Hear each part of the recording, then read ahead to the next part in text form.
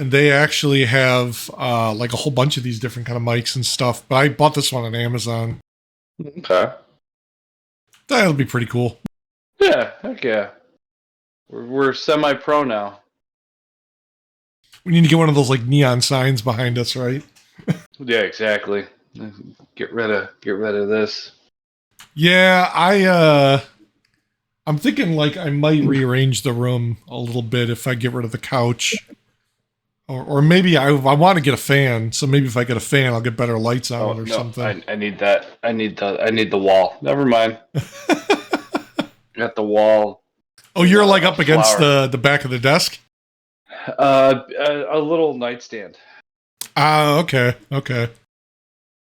So let's get my yeah. See, it's weird because this thing's like in my face. It's like I see it. I don't know. Oh boy, how's your week? So long. Too long. And I had Wednesday off too, so I had Oh, Wednesday off geez. because I went to the eye doctor. So Oh, nice. You got to get your glasses. I'll get them next week. Oh no, that's so fun. Yeah, so that'll be fun. How bad's the vision? Bad enough where I needed glasses.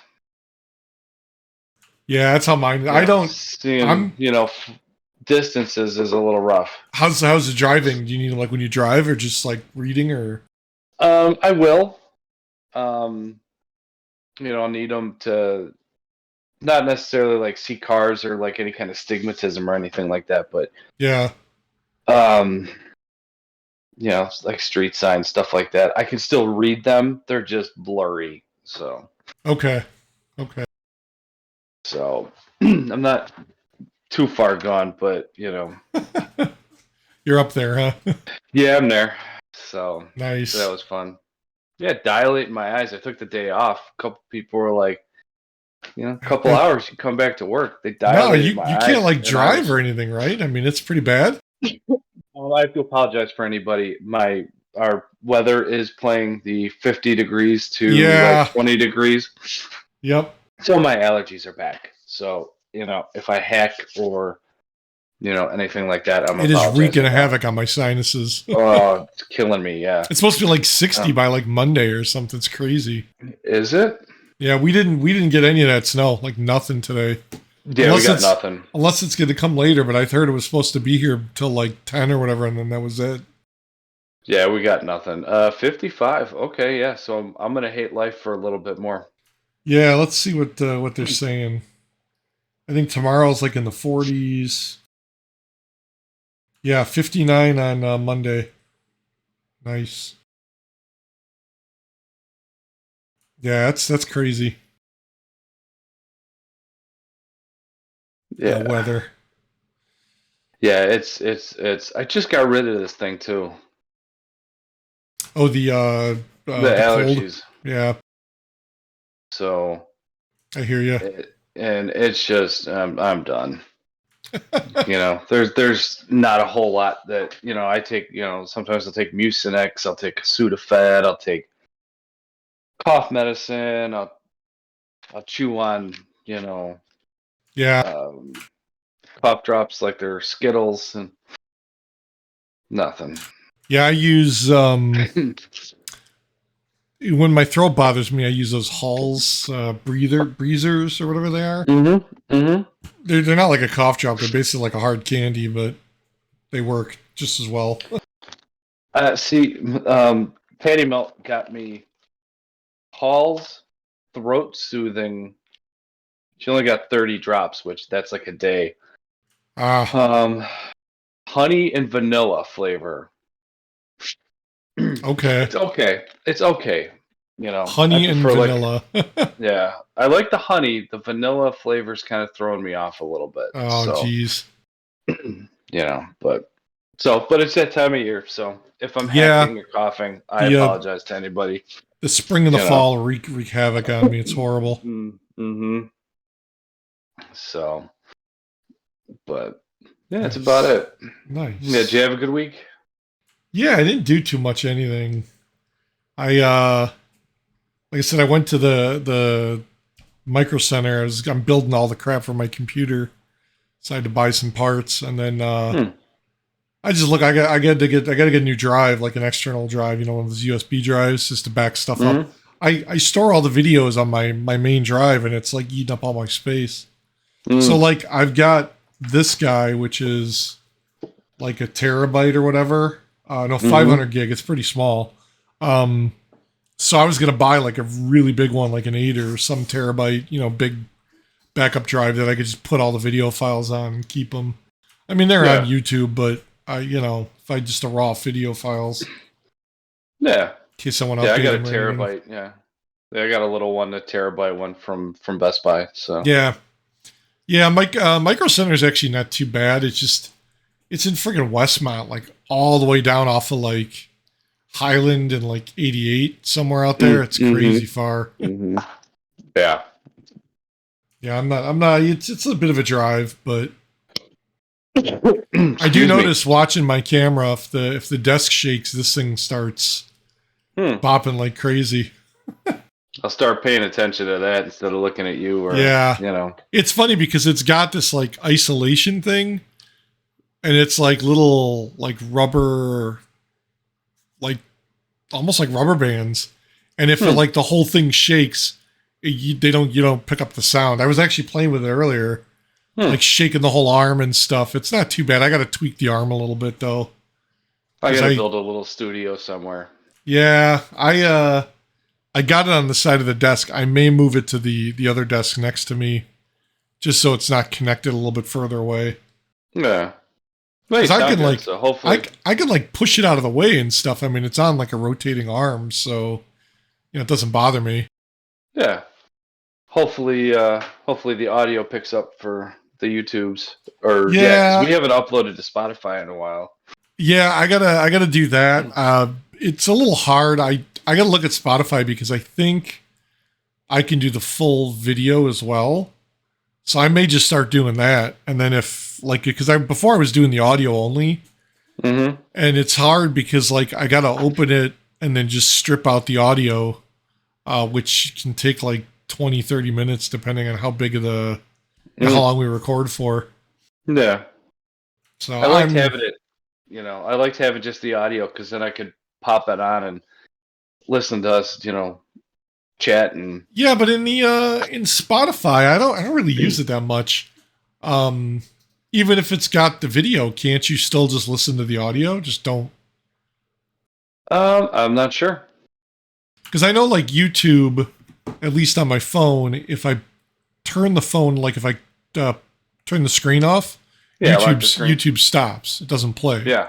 Yeah, I think mine's the same way. Yeah, so like if I go to like the gym or something, I listen to music or like like something, I got to make sure it's not on YouTube or I leave the phone on. Mm-hmm. That just drains the battery. But I got the AirPods from work and I got like an iPhone 8. So what is that like 4 years old, 5 years old now? Yeah, something like that. I have an XR, and that's Yeah, an older one. and those are the OG AirPods, and they finally like stop holding the charge. They only last like 20 minutes now. It's horrible. Mm. That's enough to do cardio and call it a day. Yeah, I usually get on the elliptical or the treadmill, and then I'll spend like 10-15 minutes on there just to kind of warm up, and then I'll hit the machines. But like I've gotten in the habit of just using one AirPod. Oh, look at this! Oh, there he is. Guys are Danimal. eating already? I missed you guys so much that I had to get on and I couldn't. So Yeah, early. I know. Well, yeah. What is it like 7:54? Yeah, Like a whole 6 minutes Yeah. early. what the shit, man? Well, I know two subscribers that we have that I'd like to thank: Craig and Ross. Ross and Becky, Craig and Christine. I'd like to thank the four of Nice. them for subscribing. Um, Thank you, Craig, for bringing me a bottle of Buffalo Trace. Up here, Ooh. Buffalo Trace is a pain in the ass to find. It's a bourbon. Nice. But he sent me a picture today of the Huntley Walmart that had, I don't know, they probably had like 20 bottles, 25 bottles sitting there. I'm like, Nice. why can't we have that up here? I mean, it's just regular Buffalo Trace. It's not like Eagle Rare or anything. Can you get it off like Amazon or online or anything? You can get it online, but it's tough to find. At least Well- up by me, it's tough to find. Well, Huntley isn't that far away. I mean, it's down 90, right? So No, just actually, Huntley is just down 14. okay. Well, I know you can get there off of 90 Well- at some point, but 14 to 47, I think that is. No, what is that? Might be 47. I'm not sure, but yeah, 14. I can just take 14 all the way, and then I make a Nice. right. nice. Excuse me. Sorry. Dan is Oh, I forgot to here. get that. Dang it. We asked a question last week. Where is it? I was on assignment all week for everybody. We were curious. Oh, did it? What happened? What happened? What's in the box? Are all of these the questions? I don't know the answers. No, oh no. We were curious about what's cheaper between a large Where- black coffee. Oh, right. McDonald's coffee, Dunkin', or Starbucks. Oh, yeah. Well, Patty Melt got me a medium black coffee the other day, and that was Okay. around 250, around 250-ish, $2.50 ish, give or take. Today we got a large Dunkin' Donuts black coffee. This was $2.79, And that's a large. So and it's that's a large. like 30 So I would- cents more. So I would say Starbucks and Dunkin' are probably pretty similar, but then we also decided to throw McDonald's in the mix, and that was $1.59 for a cup of coffee, for a large cup of black coffee. And they're all So that what, was like $1.59. 16 ounce or whatever it is? Does it tell me how much is in this thing? Not enough. We'll Enough? just go with Not that. enough? Not enough. Large, hot, original coffee black. Hot, do not microwave. It doesn't say how much is in there. Do not microwave, do not spill and lap. Apply Oh, directly to actually- forehead. We were grabbing a cup, of hot McDonald's coffee, and I'm holding it, and I'm like, yeah, let's not spill this on my lap. I'm like, but I could be rich, so There you go. McDonald's coffee, black coffee is cheaper than out of those three. I guess the next question would be, what's the better quality? I think for the price, I would drink McCafe, the McDonald's coffee. I still stand by. I think like maybe everyone like I'm not a coffee snob, so like I don't know like what real coffee tastes like. But I always I think don't really care. Starbucks. Yeah, I always think Starbucks tastes like it's either over brewed or like burnt, like it's been in the pot all day. Yeah, it's sometimes it tastes a little burnt. I do enjoy Yeah. the flavor of their pikes or anything like that, or like their blonde coffee, but Yeah, Dunkin' or I'll say, because I like to drink coffee a lot, I'm gonna say McDonald's. I think McDonald's is gonna be my favorite coffee from now on. don't you do the Black Rifle or whatever it is, or Death Wish? Both. I do Nice. enjoy some Black Rifle. So Black Rifle Coffee Company, BRCC. If you guys are watching, hook it up. They're local, right? Carol Stream, I think, or Yeah, I think Grunt so. Styles Carol Stream, but They're somewhere they're out around that here. way. Yeah. But I Death Wish. I've been drinking Death Wish since like 2010, 2011, somewhere Wow. in that area. So I don't get it often, but When you do, Yeah. you are the world's most interesting man. I'm the world's most caffeinated man because I like to drink a pot of that stuff, Jesus. and then go to bed. I had 3 cups by like 7 o'clock this morning, and I got up at 5:30. So Oh God, I went through a pot by 8:30, and I start drinking coffee at 7. I start jeez. drinking at 7. Yeah. Dang. What are you doing up at 5:30 in the morning? Well, that's when I was getting up to go to Nothing work. going on. Right, That's about what time I. Yeah, when I used to drive to the office, I'd get up and I'd have to be out the door by like 6-ish to make it there by 7. Oh my gosh. Dude, I like to start early because like 7 o'clock I'm in the office and I got like a good 2 hours of nobody else there bothering me. Mhm. And then Fair. like I'm done by like 3:30 and I'm out. So it's like Yeah. Mhm. you know. Because you can get through your tickets, some tickets. Yeah. Because then, like, as computer people, the rest of our day is with meetings with people who Yup. don't use computers. Yes. And they're trying to just get their meetings in because they're like, oh, I'm done for the day. But then we got to do the rest of our work after work hours. Yeah. Yeah. So we're busy doing their meetings. Yeah, they're big on this whole like work-life balance thing now since everyone's been working from home. And like, I mean, I get it. Like part of our job as IT is we're kind of like on call for emergencies, but like they're like, don't do stuff after hours. Like don't reply to emails unless, you know, it's absolutely necessary. And like, I pretty much tell everyone, I'm like, unless it's my boss calling me, like I will not answer the phone. Like I'm not, and he's okay with that. He's like, yeah, it's fine. Because if there's an issue, he's usually like the one to get called by like management, and then he'll call one of us. So it's like if I know he's calling, it's something hit the fan. If it's like a help desk guy, half the time I don't even answer it.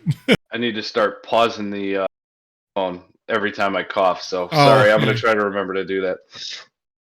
Yeah, but yeah, I answer the call because I'm the only maintenance guy there. You know, if they call me. But, well, yeah. If like a fire alarm goes off, you're the one who's got to deal with it. So if the fire alarm's going off, yeah, let me know. I need to know that. But otherwise, no offense. Unless the building's burning down or like a pipe is burst, send me an email. No offense. Just send me an email. Text me, send me an email. You know, my coworkers, all the teachers, everybody's fantastic. They realize I'm the only maintenance guy. I'm also the supervisor. I have a lot going on. So luckily, everybody is extremely wonderful. The district administrator, he's wonderful. So everybody there's great. I'm rearranging our video on stream. Sorry. Ooh, on the recording. Hey, what? How are you doing? Oh, sorry. Coffee. I was fooling with it earlier, and I was testing the mic, and like I was resizing stuff, and I must have messed it up. Mic check 1, mic check 2. I don't know how you're drinking a pot of coffee. Like I drink 2 cups, and I have the shakes. Yeah, like dude, like 2.5, 3 cups for me is like a lot. The amount of pre-workout that I've had since like 2010. The one day we mixed Monster with Blackstone Labs made a pre-workout called Angel Dust. So we mixed Monster, white can Monster. Angel Dust, Smokey? Angel Dust. White can Monster, Angel Dust. Wait, White can Monster is that the sugar-free zero stuff? Yeah. Okay. Yeah. So we had that. We had Angel Dust, C4. I forget the other, like it's like a Pro 1 or something. I forget the name of it. And another one. So we mixed 4 pre-workouts and an energy drink. Jesus. Best workout. That was the first time I benched 315 raw.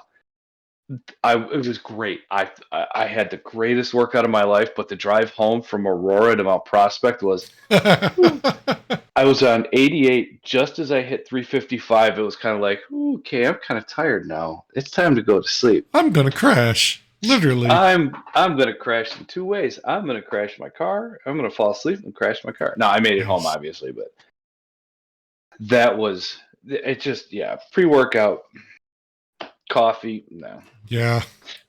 Doesn't do anything to me anymore. Sorry. Oh, I just had a memory of when John and I were driving down the Elgin O'Hare. And I did like a 180 in the Escort. Spun around. And we were facing everybody the wrong way. The wrong way. Why are they coming at us? I don't know how we're alive. I did that in my mom's minivan over by Sports Page when I first got my license. I was wet out. I stomped on it. The minivan spun, and I ended up the right way. Like, oh Jesus. Shit, you know. Yeah, it's pretty much what I was saying. Thank you, Jesus, for not letting me flip.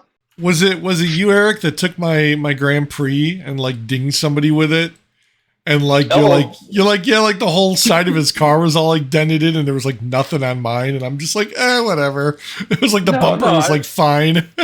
Yeah, no, I tapped somebody over by Suicide Circle in their car. I didn't sideswipe anybody. But I think that was me. Yeah, I was like, it's all right. Yeah, you're like, yeah, hit his car. Like, I'm like, what? They go look at the bumper, and there's like nothing. It's like, man, they don't make cars like that anymore.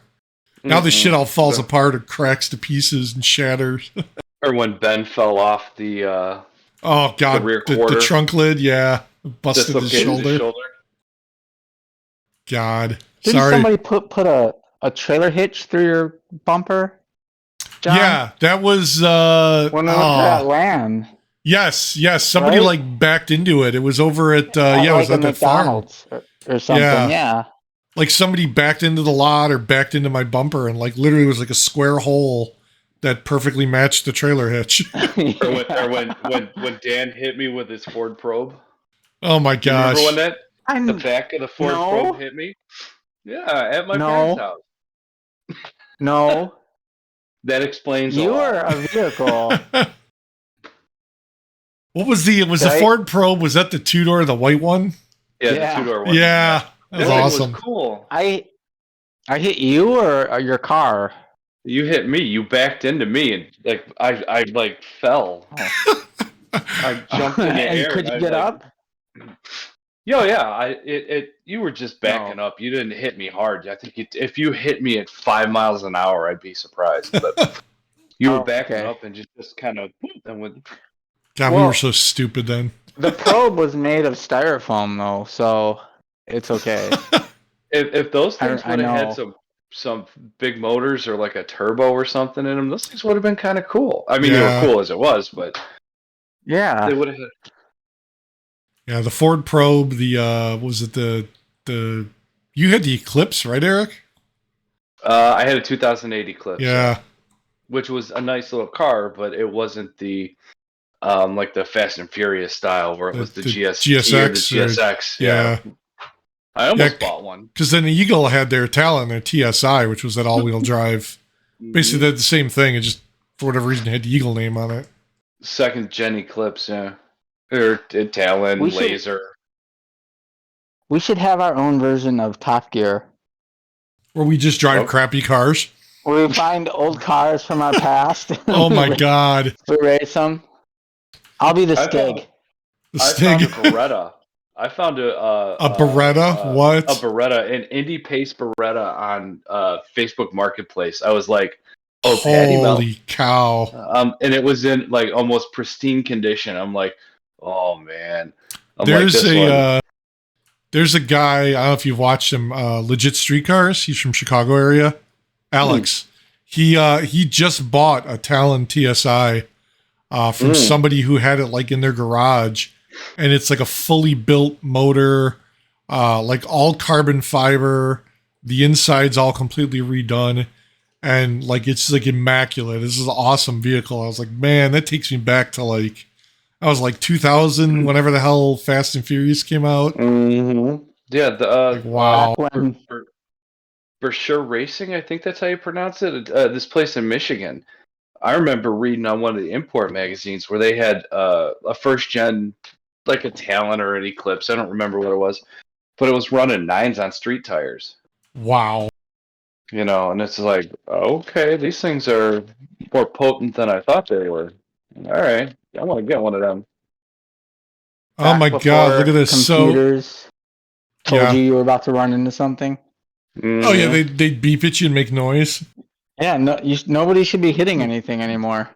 No, mine can stop you. I have my parking assist turned off or my backup assist turned off, but mine can like stop you. I'm like, no. I would like to control that myself. I remember driving down 53 and John was like, he would like speed up and be like, look, the governor takes over. So we're going like between 60 and 90. Oh, look at that. That's in Myrtle Beach, South Carolina. Dude, that thing is immaculate. Look at that. 19,000. It's still got the Windows sticker. 2.8 liter V6. John sent me a 89 Beretta GTU 5-speed. That thing's awesome. Oh, that is. I'm buying a new car. I know it's just a Beretta and it's. Oh my God, look, I found the vehicle of our show. Hold on, look. Oh, look at that. It's even painted. It's painted the same color. That's beautiful. Who had Big Teal? Wasn't that Rob? Rob had it, right? Oh, that's it.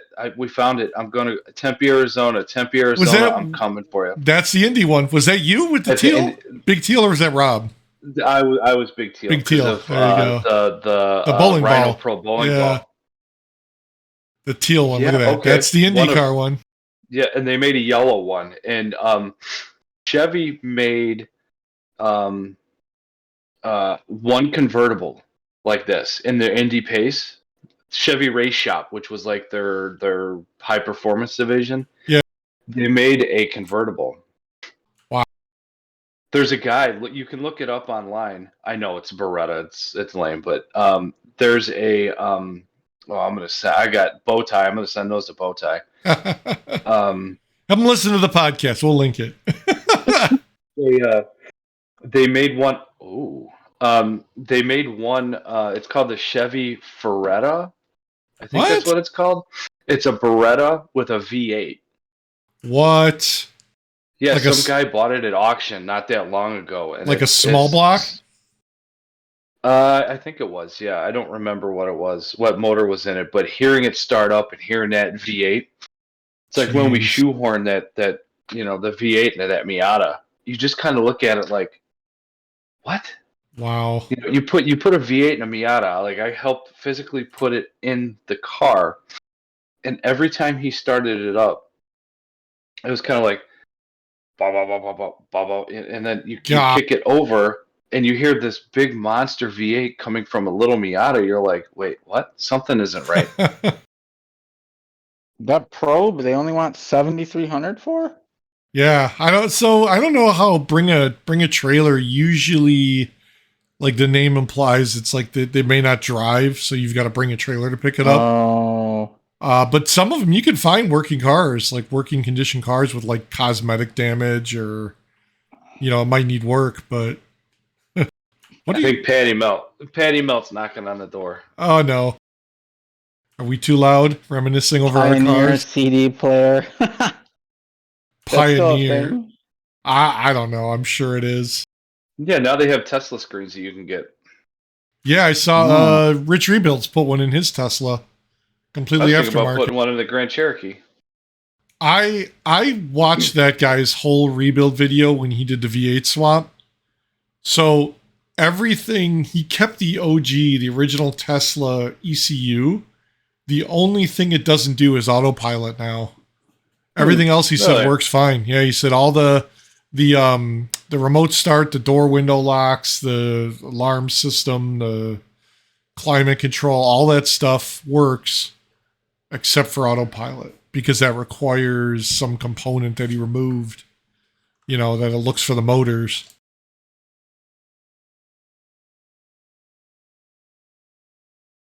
Were they knocking on the door trying to get in? No, Patty Melt's doing something. I don't know. Cleaning. I thought I picked up the house well enough, but I obviously didn't. So I'm publicly apologizing to Patty Melt. I'm sorry. I put the couch back together. I thought I cleaned everything up, but wait, why was the couch apart? The girls were bouncing up and down, and it was like their bounce house. Oh, I was gonna say, did you build a fort? Because that's awesome. SRT4. I remember building one of these. That was one of the fastest cars you could get for under 20 grand at the time. Yeah, 2.4 liter turbo. We had one of these with like 400 horsepower in it. At the time, that was. There were guys that were doing it stock, getting it up to like 300 with just adjusting their boost. Mm-hmm. Yeah, we put a different clutch in. We put a bigger turbo on it, adjusted the boost, and what else did we do? They really missed the ball by not making it all-wheel drive, man. That thing would have been a killer if they had all-wheel drive. Mm-hmm. They had that, and to put that much power on front-wheel drive was insane. Yeah, and the Cobalt SS. Yeah. That was supercharged. That was a neat. We worked on one of the first ones in the country. But didn't they make those all-wheel or rear-wheel? No, front wheel. Ah, okay.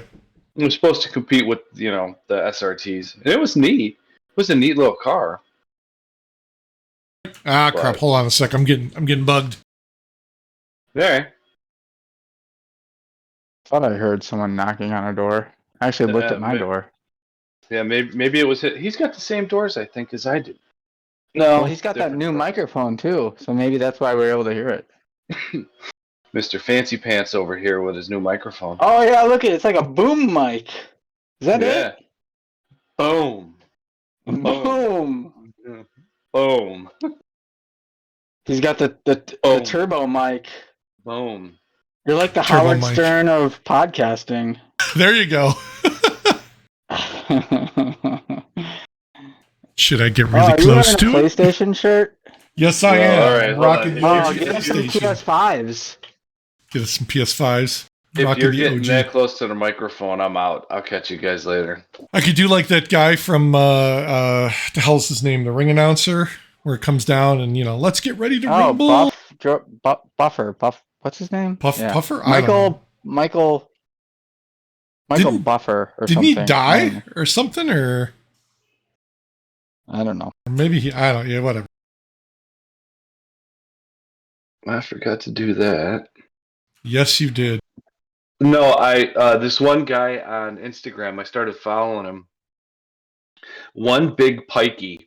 You're supposed to mix sweet tea and Pepsi, like a 50-50 mix, and it's supposed to be pretty tasty. Forgot to get that. Wait, sweet tea and Pepsi. Mm-hmm. Huh. So it's not alcohol. No.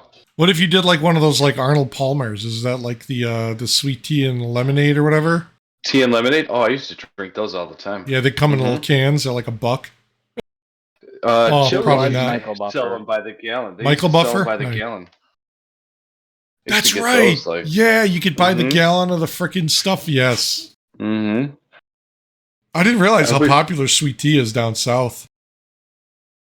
Yeah. Like if you ask for iced tea, it's like everything is sweetened. Like you have to specifically ask for Not unsweetened. sweetened, Yeah. And I like unsweetened tea, so I'm one of those guys. Sorry to any of my friends down south. I like unsweetened tea. Sorry. It's my thing.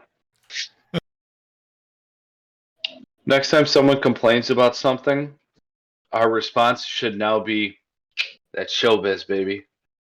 That's showbiz bit like the pizza place? No, that's With showbiz. Showbiz Pizza? You're right with the forgot it. animatronic. They got Showbiz pizza. Chuck E. Cheese went eminent domain on their ass. Really? Wow. Showbiz pizza. I don't remember showbiz pizza. They had the animatronic. They were the other ones with the animatronic band. They had the scary dog dancing band. Yes, Or they a bear. were. Was it a bear? Oh, yeah, it was like It a was bear. There was a bear, there was like a dog and something else, a mouse, I Yeah. think. They predated Showbiz. Chuck E. Cheese. Oh, yeah. Successor, subsidiary, Chuck E. Cheese. Parent organization is Chuck E. Cheese. Yeah. Founded in 1980, ceased in 1992. That's right, the Okay. Rockafire explosion. Yep. Oh, yeah. Okay, now I remember it's showbiz. There was a guy, and I don't know where he is. He might still be on YouTube.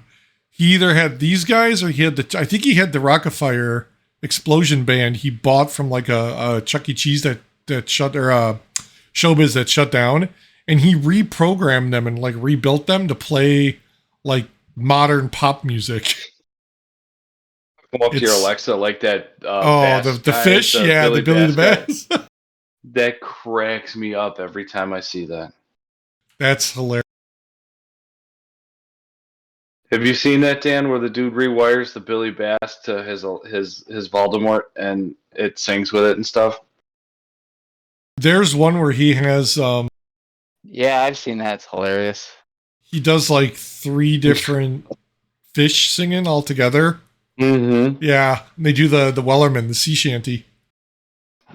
Yeah, it cracks me up. But I'm also like a man child, so I guess whatever. It is what it is. Oh, Viper ACR Extreme. Damn straight. Okay, that's a good winter car. Yeah, good winter car. Sure it is. Mm-hmm. I've seen a lot. What have I seen? Oh, it escapes me. A Toyota. I think it's a Toyota. There's a Toyota sports car I've seen a lot lately. The Supra? Supra. Yeah, the new Supra's one. back. Supra. Yeah. I've seen like 3 of those in the last Yeah. month. The new one or like the older one? Older.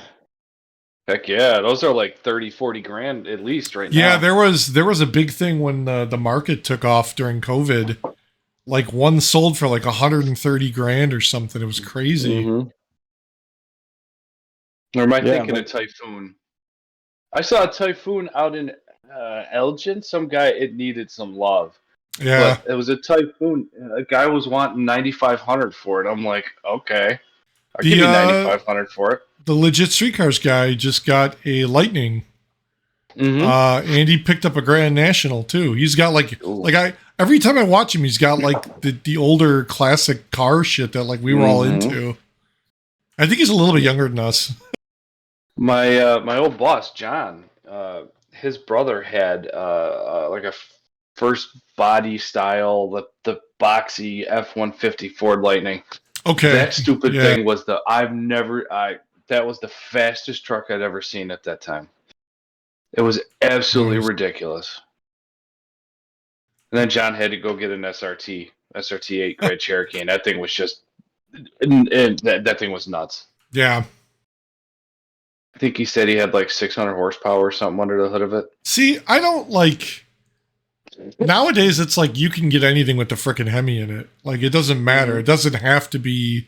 Like, it used to be you had to get either the Redline or the SRT to get, like, now the Hemi. 5.7 Hemi, yeah. Yeah, now you could just get, like, any car. Like, you could get a frickin' the 300M's got the Hemi. For Christ's sake. Yeah. I'd love it. I wish I would have got the Hemi, but... I took one for a spin. CarMax had one like last year or something like that. They had the 5.7. I was like, all right, cool. You know, I want the 5.7. Let me take this thing out. It was like 2 years older than what I got now. Yeah. I took it for a spin and I got on it and I'm like, my V6 is faster. I'm like, don't get me wrong, it's a V8 and I can have more fun with the V8, but I'm like, I'll just stick with the 6 for now. I wasn't impressed. The one thing I've seen a lot of people complain about is the newer Hemis where they added the displacement on demand, where it like shuts down 2 cylinders. Apparently because that's like pneumatic or like oil driven, that mechanism that does that, like that is prone to failure, and people like it's a big wear point, I guess, on those engines. It's like the auto start and stop.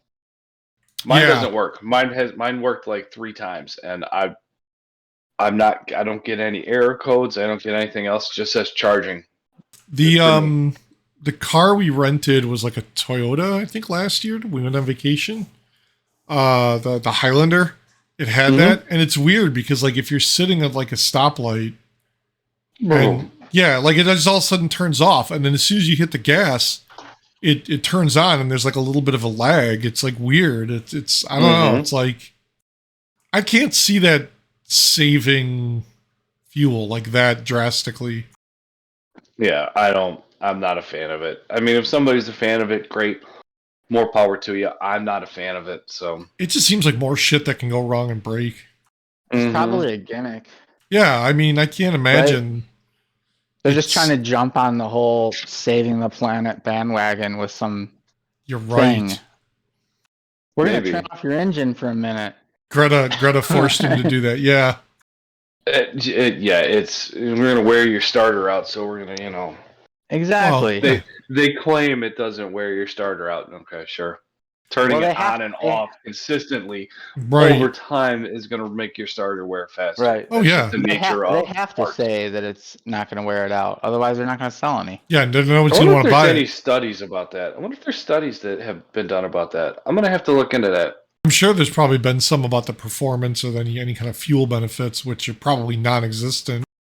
Right.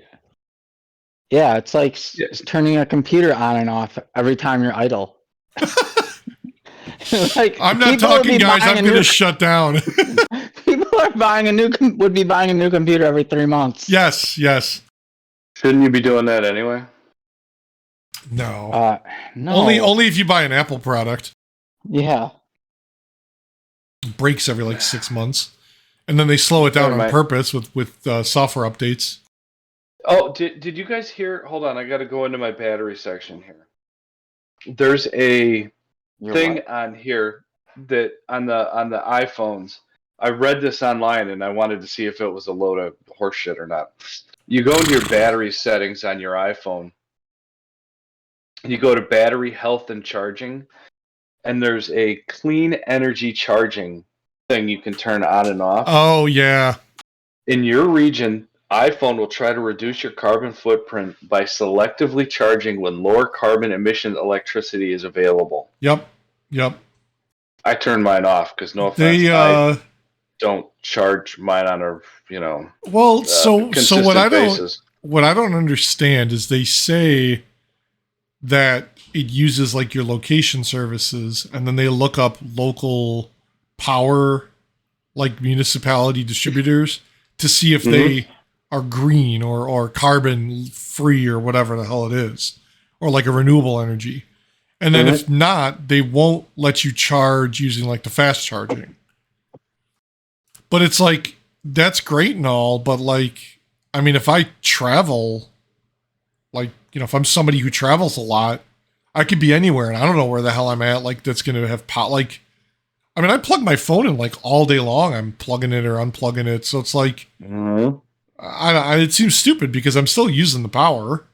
Wouldn't the fast charger be better than like a standard wall charger? So that's, you're charging faster, so you're not technically plugged into the wall, wasting energy. Wouldn't that be? Well, that's the thing is like. But you're degrading your battery, aren't you? Yeah, but the concept of like, oh, we're going to slow down your charging because you're not using your energy provider, ComEd, say, doesn't use renewable energy or doesn't lower their carbon footprint. Well, okay, that's fine. Who cares? I'll just leave the phone plugged in longer. It's still going to charge. Like, I'm still using the energy. I think it's all a smoke and mirrors like shit. Like Dan said, to just appease people that right want to bitch and complain. You think they're green, right? Yeah. And then they probably get some kickbacks, and then they charge you a convenience fee. And the funny thing is all these other people that like I've seen a lot of people be like, oh, they can't do that. Who are they to tell me how to charge? It's like, well, they're not forcing it upon you. You could turn it off. Like, yeah, but had I not seen that post, I wouldn't have known about that. Yeah, so that's true. How do I know? Granted, you should be informed about your provider's power, etc. You should be informed, and I agree. But how do I know if Vespago Enterprises is green or not? I have a feeling somewhere in that is green. Yeah, in that stupid wall of text that they give you when you do the update, it probably said like, "Hey, we're going to turn this feature on. We're enabling it." Yeah, but like, where we should be reading? Who reads it? Come on, it's like 600 pages of crap. Yeah.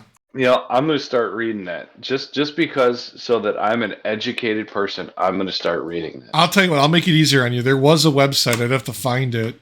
Where basically somebody did that. You could say like, "Hey, show me the terms of service for Apple products," and they would list it out, and then they would break out Cliff's Notes. Yeah, they would break out like all the important stuff, and then they would also go as far as to say like, "Oh, this changed from last terms of service when they did the last OS update," so you could just focus on what they change. And I mean, to me, that's pretty cool. But like, it's some third party that does that. Apple would never show you that crap because they don't, like you said, nobody reads it, and they hide all kinds of stuff in there.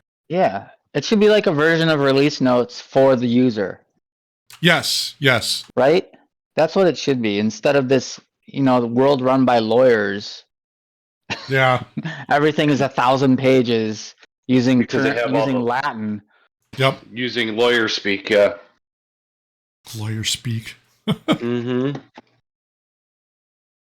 I think having what's his name is the lawyer? Who's the blind guy? Daredevil. Daredevil, Matt yeah. Murdock? Yeah, he'd be an awesome Murdock? lawyer. Yeah, he'd be an awesome lawyer. Was it Matt Murdock? Matt was Murdock, wasn't it? But I don't remember what his first name was. No, Matt. It was Matt Murdock. That sounds right. Is Daredevil Matt Murdock? Oh yeah, you're right. Matt Murdock. Yep. Yeah, well, I'm 2 for 2. Michael Buffer, Matt Murdock. That's right. Maybe Michael Buffer should be a lawyer. Maybe Michael Buffer and Matt Murdock should enter a room and fight. You're Let's get ready to rumble. Let's get ready to deliberate.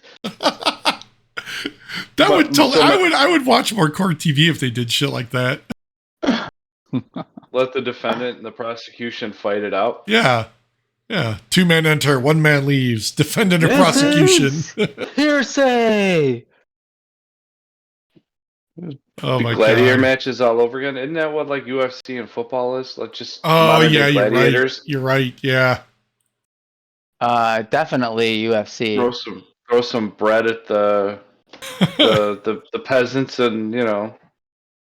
They need to. You know what? I'm surprised. I'm surprised they haven't remade American Gladiators. That show was awesome. They did. They remade that Yeah, they a couple did. years back. Did they?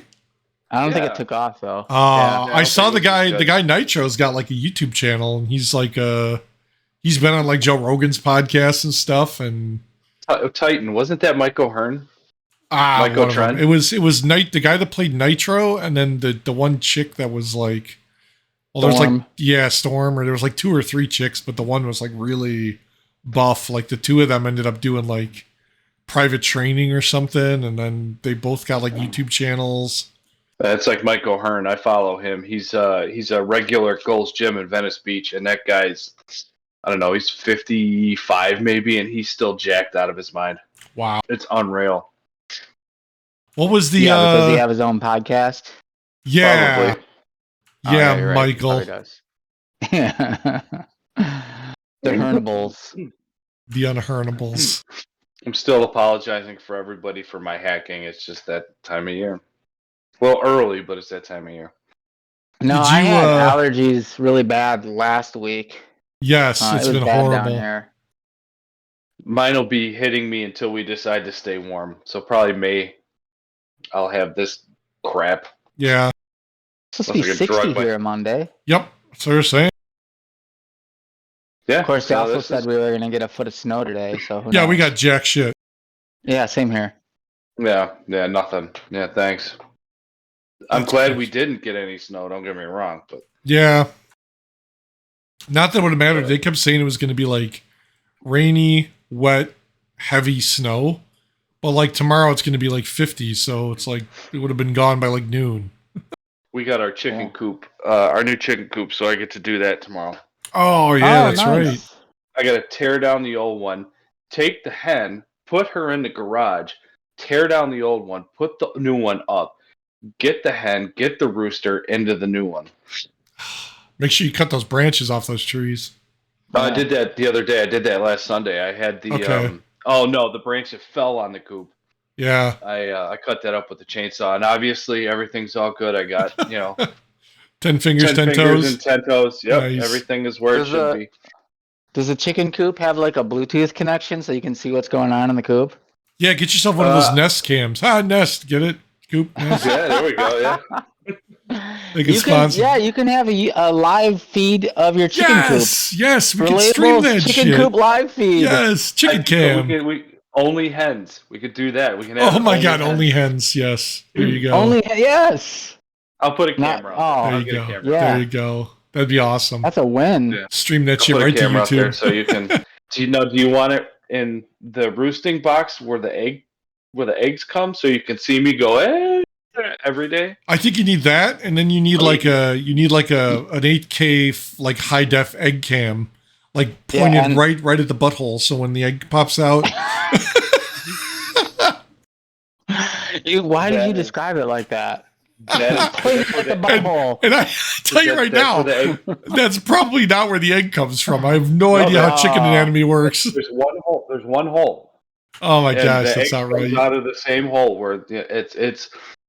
The patty melt can tell you all about it. What do they call No, it? that's fine. That's the cloaca, right? Isn't that what the birds? Isn't that what they call that? I don't know, but the before that happened out there, Colonel I Angus? I Colonel grabbed one, Angus. and the egg was hot. The egg was still hot. Like I looked, and like 10 minutes later, I went back and looked again, and there was an egg there, and I grabbed it, and it was hot. I'm like, oh, Oh, that's not This right. is disgusting. You need to get like a night. Do you have varmint issues? Do you have like? Do you need night vision camera so we can see? Do you have coyotes and foxes and shit? Varmint cam. I can get some. I can get. Yeah, we can do that. I have lights that go on, so. Oh, here you go. I got you. It's a I'm trail getting cam. A trail no cam with night video. vision. Mhm. Oh, there you go.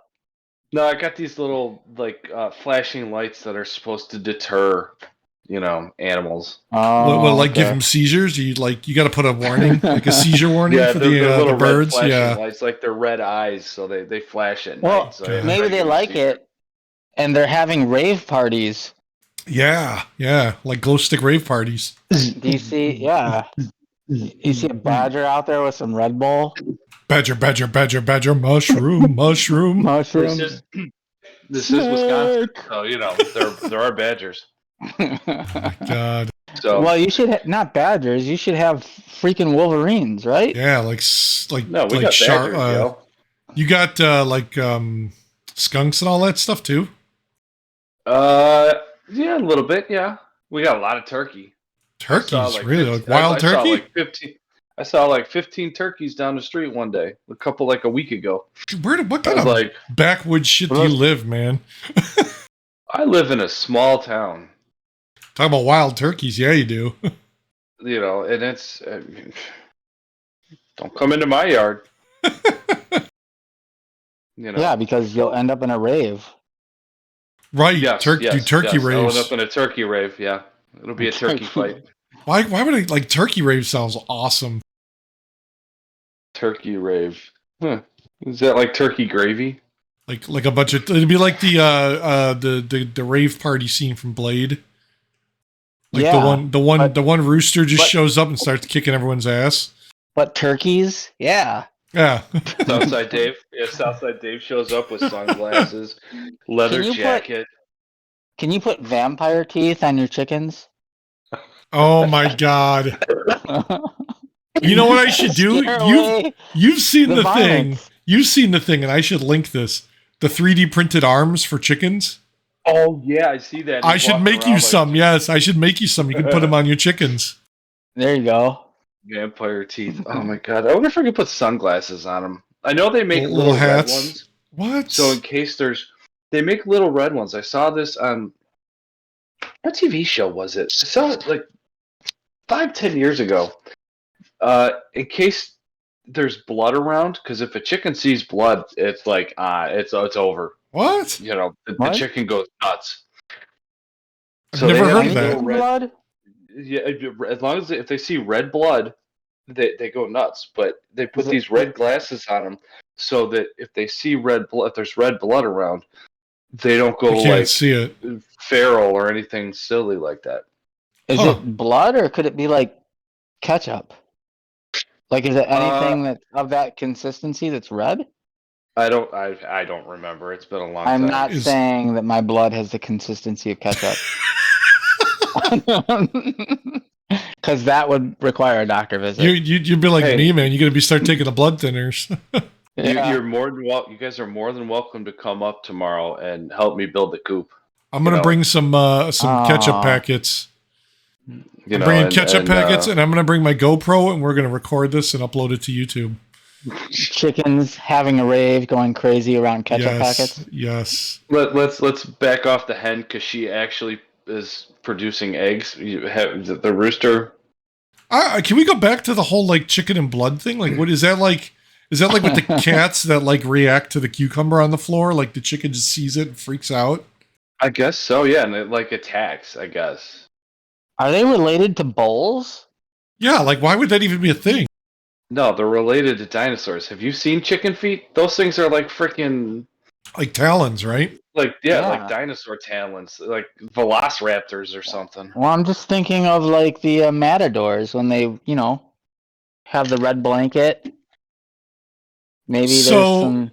So they're actually saying that chickens are attracted to blood, and because of this, cannibalism outbreaks can be initiated by the injury of one bird and subsequent pecking of injury by a flock or cage mate. Oh my god. Loose wires on cages, pens can puncture the skin and cause bleeding, which will enrage the other chickens. Dude, you've got enraged Wow. chickens. Like, Yeah. You better check your cage. yeah. Or you're building it tomorrow. Damn. Yes. You're gonna get like maybe zombie chickens are gonna like just freak out.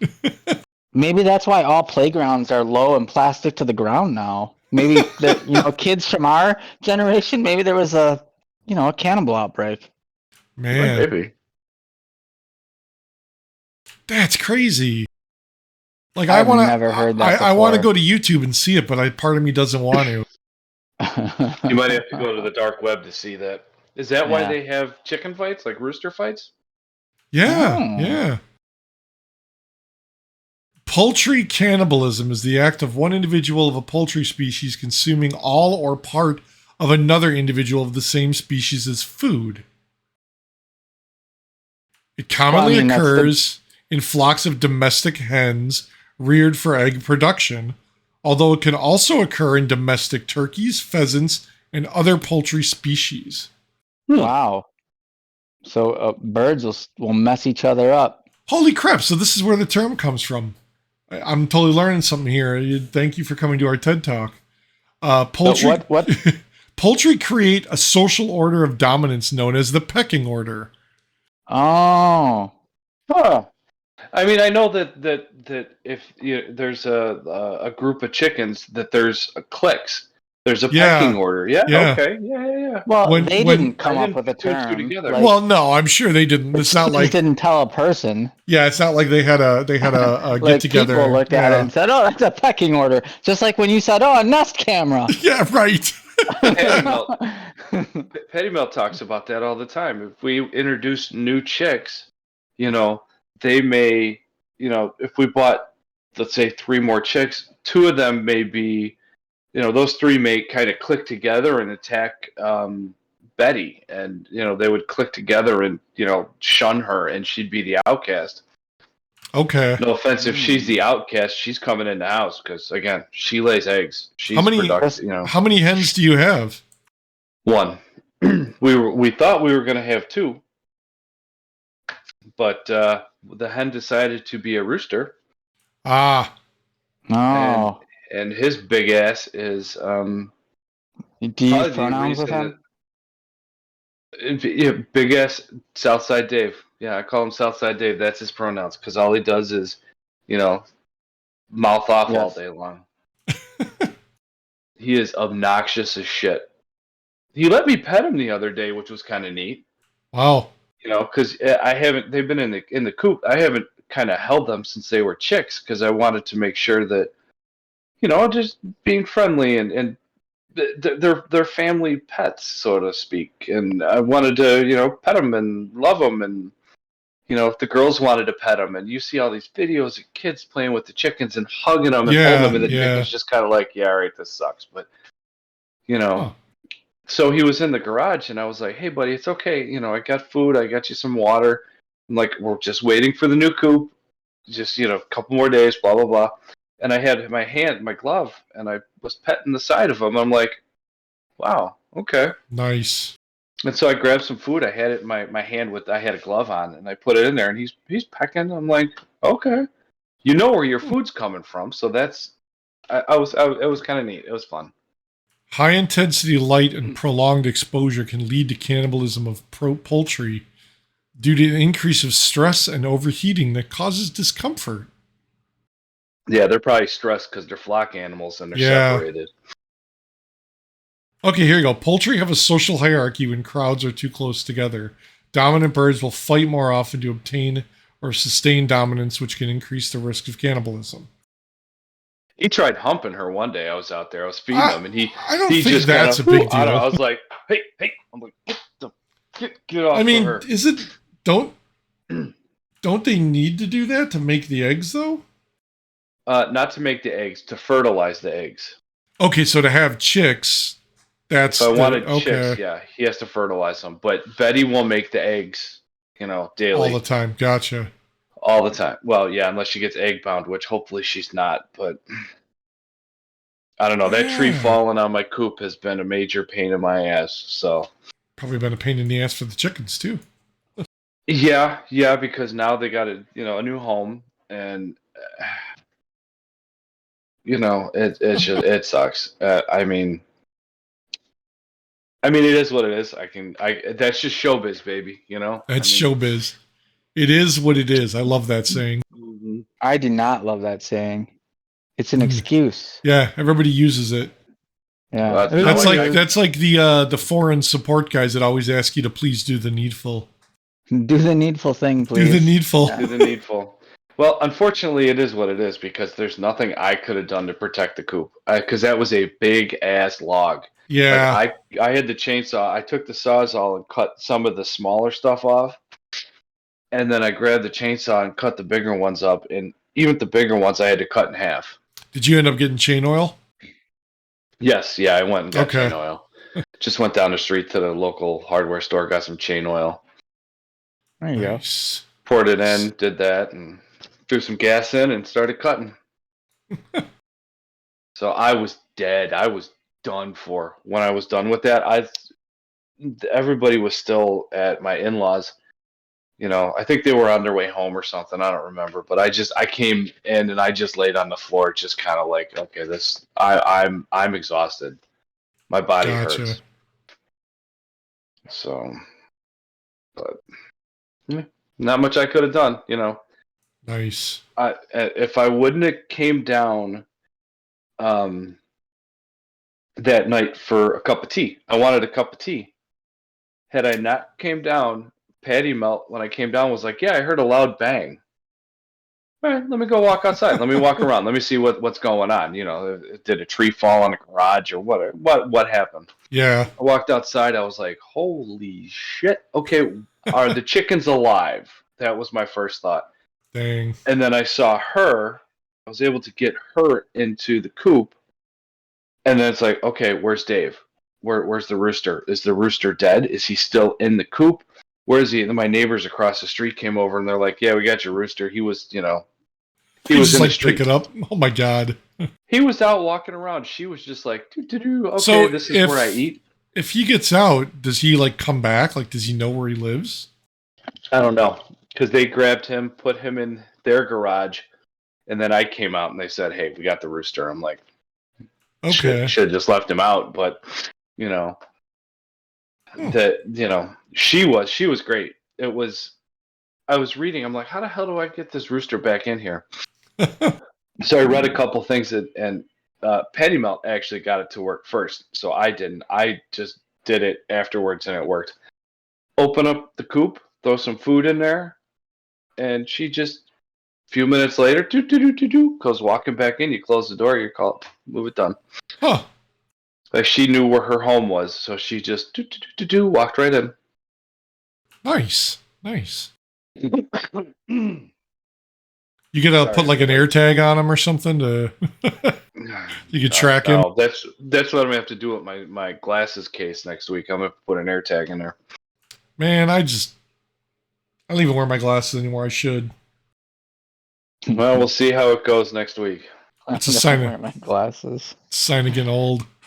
I just need them for walking and driving and reading and. Yeah, I have a hard time reading like street signs and shit. Mm-hmm. You should wear your glasses. It's horrible. I am the worst. I should wear my glasses too, but I don't have glasses yet. I'll have them in a week. Now, have you considered contacts? Yes, but with my job, with the chemicals and all that shit that I get on my hands. Oh, yeah, you don't want to.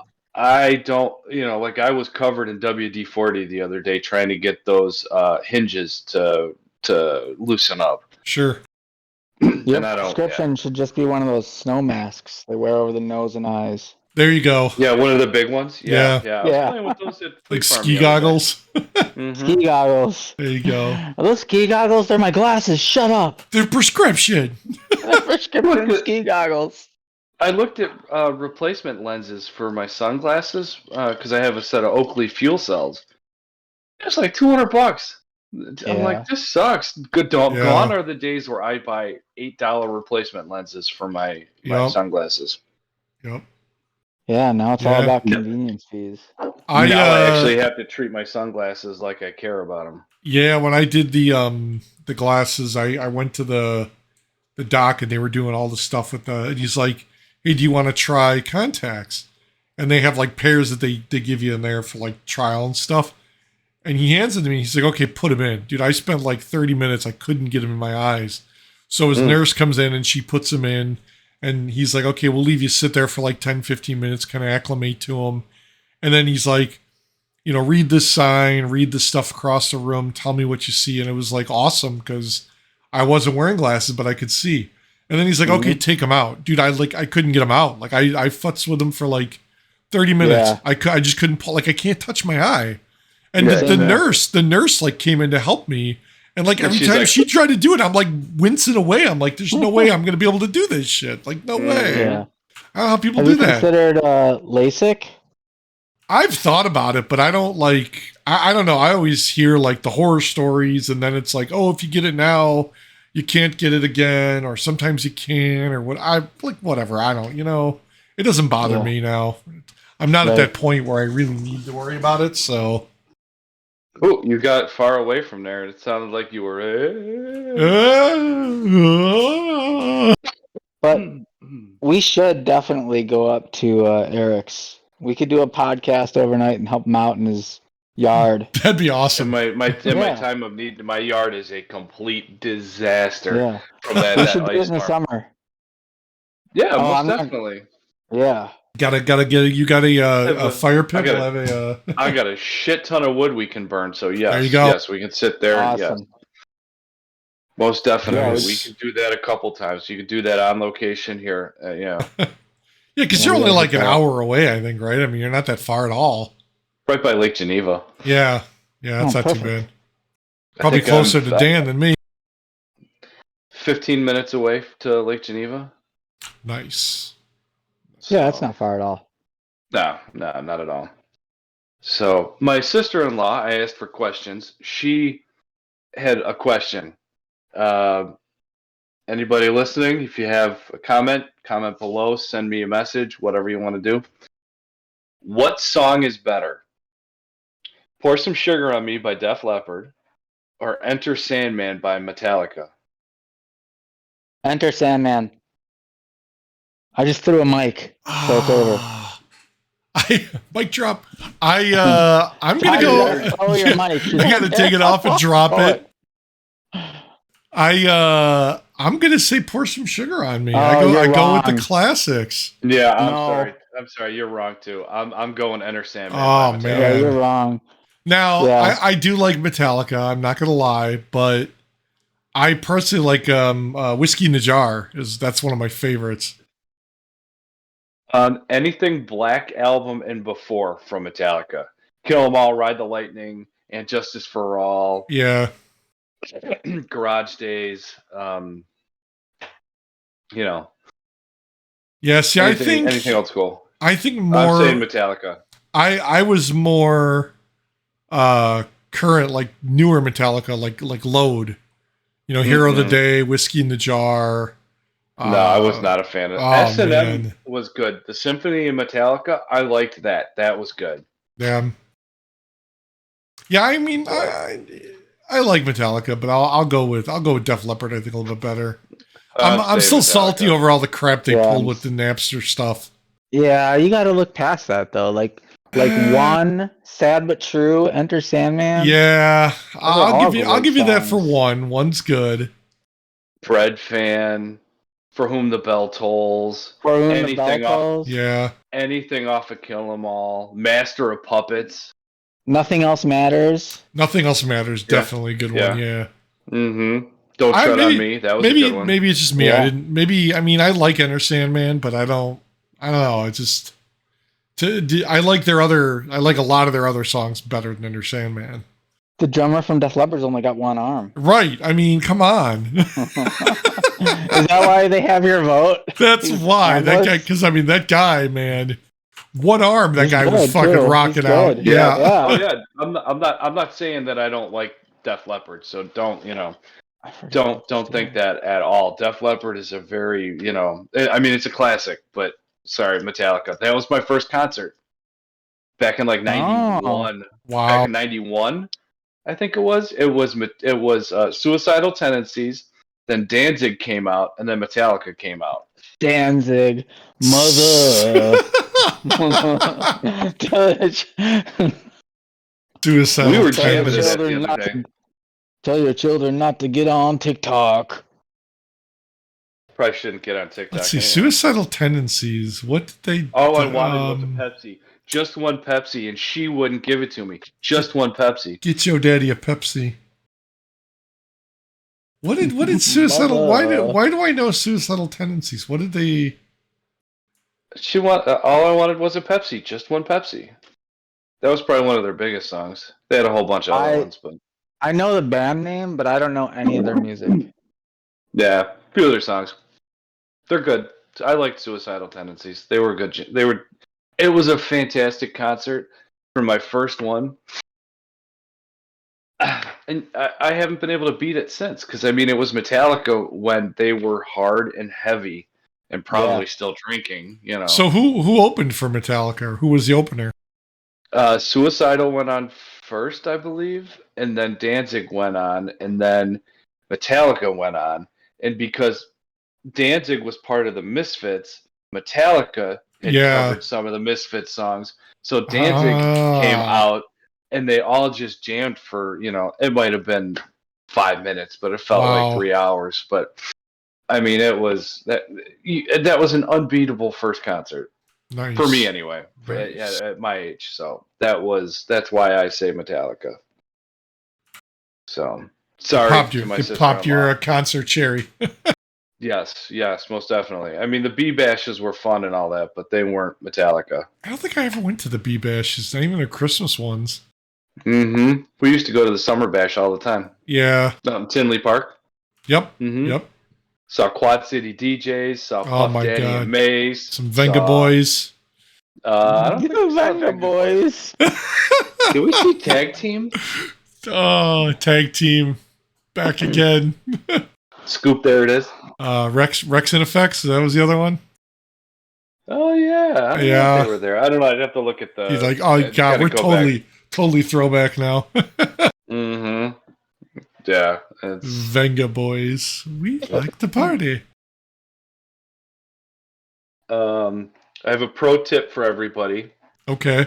In your refrigerator, move your condiments into the drawers and put your produce on the shelves so you can see what you have. Because, I mean, how often do you go into your drawers? Yeah. To get the produce that goes bad after like 5 seconds. Yeah, that's true. Put your ketchup and all that crap in the drawers. That way your fresh produce is right here. So you open it up. Oh, hey, broccoli. Oh, hey, sweet potatoes. Pro tip. Nice. Sticks and stones may break my bones, but words will never hurt me. But the pen is mightier than the sword. That's right. So the words could hurt you, right? I guess so. Yeah, we need to start making hotel checkouts, afternoon. Yeah, but most places you can do the extended checkout or the late checkout anyway without paying extra fees. Well, not now that you've said that. Yeah, that's true. I just fucked it all up. That'll be $10. Yeah, that's where the extra fees come in. I love when you go to like they tell you like check-in time is starts at 4. You get there and they're still not ready. Yeah, exactly. Most of the time when we get there, we're checking in at like 3 and it's checking 4. It doesn't matter. Oh, I remember that Danzig thing getting knocked out. He was mouthing off to that guy, acting like he's a tough guy, and that dude just pummeled his ass. Just socked. I mean, he looks like he's got some muscle on him, so he just was not prepared. He's also like 5'2". Yeah, he looks like he would be related to Frodo. Yeah, Danzig is short, but from what I recall, he was a now this may be wrong, but he studied Jeet Kune Do, I believe it was. Not in that video, he didn't. No, that's probably why he started. But Danzig's going to Isengard. Danzig's going to Isengard. Throw the one ring. The band So is did you going hear- to Isengard. Did you hear about this new TV show? What's that? There's a new TV show that's coming out that Patty Melt told me about called MILF Manor. Oh, my yeah, I heard God. about that. Cougars in a house and they bring dudes. And the dudes are the MILF's son to hook up with the other moms. What is this? Did somebody watch too much of that Saturday Night Live skit with Timberlake and what's his name? With the Dick in the Box guys? Oh, mother mother lover? lover. Yeah. Did you say that the moms bring their sons? Yeah, the dudes that they bring in are the sons, I guess. I haven't even heard of it. So- Patty This is Melt the- brought it up. So This the is mothers gross. bring their own sons to hook up with the other sons' Mothers? Yes. Yeah, they're mother lovers. Oh my god. What? I'm gonna have to listen to that song now. First We step were one. jamming. We didn't have the Cut a kids hole in the other- box. we didn't have we didn't have the kids on Saturday last week, and we went to Tristan Christ. He's a magician up here. Okay. Which good show, great show. You got if you have the time and you got some money and some time up here to spare, check it out. Great show. Damn Brett. I think that was his name. Was that the guy? I don't remember. But I was playing that song, Mother Lover.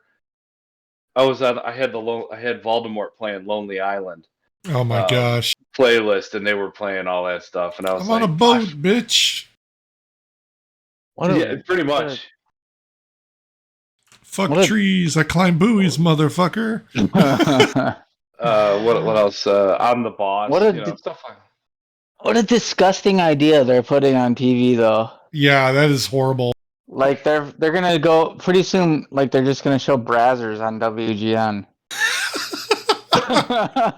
Like where are we going as a society? Can we pull this? Can we pull this car over? Who's the one guy that Go away, bait. plays all the porn, like he plays all the different roles? The big buff guy, the bald guy.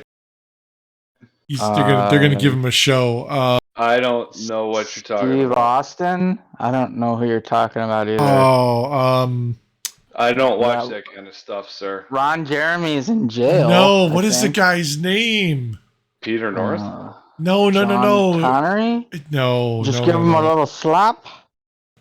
Oh. Buck Futter, Trebek. Swords. S words. Swords. Oh my god. Tell me about But, the Jap anus relations.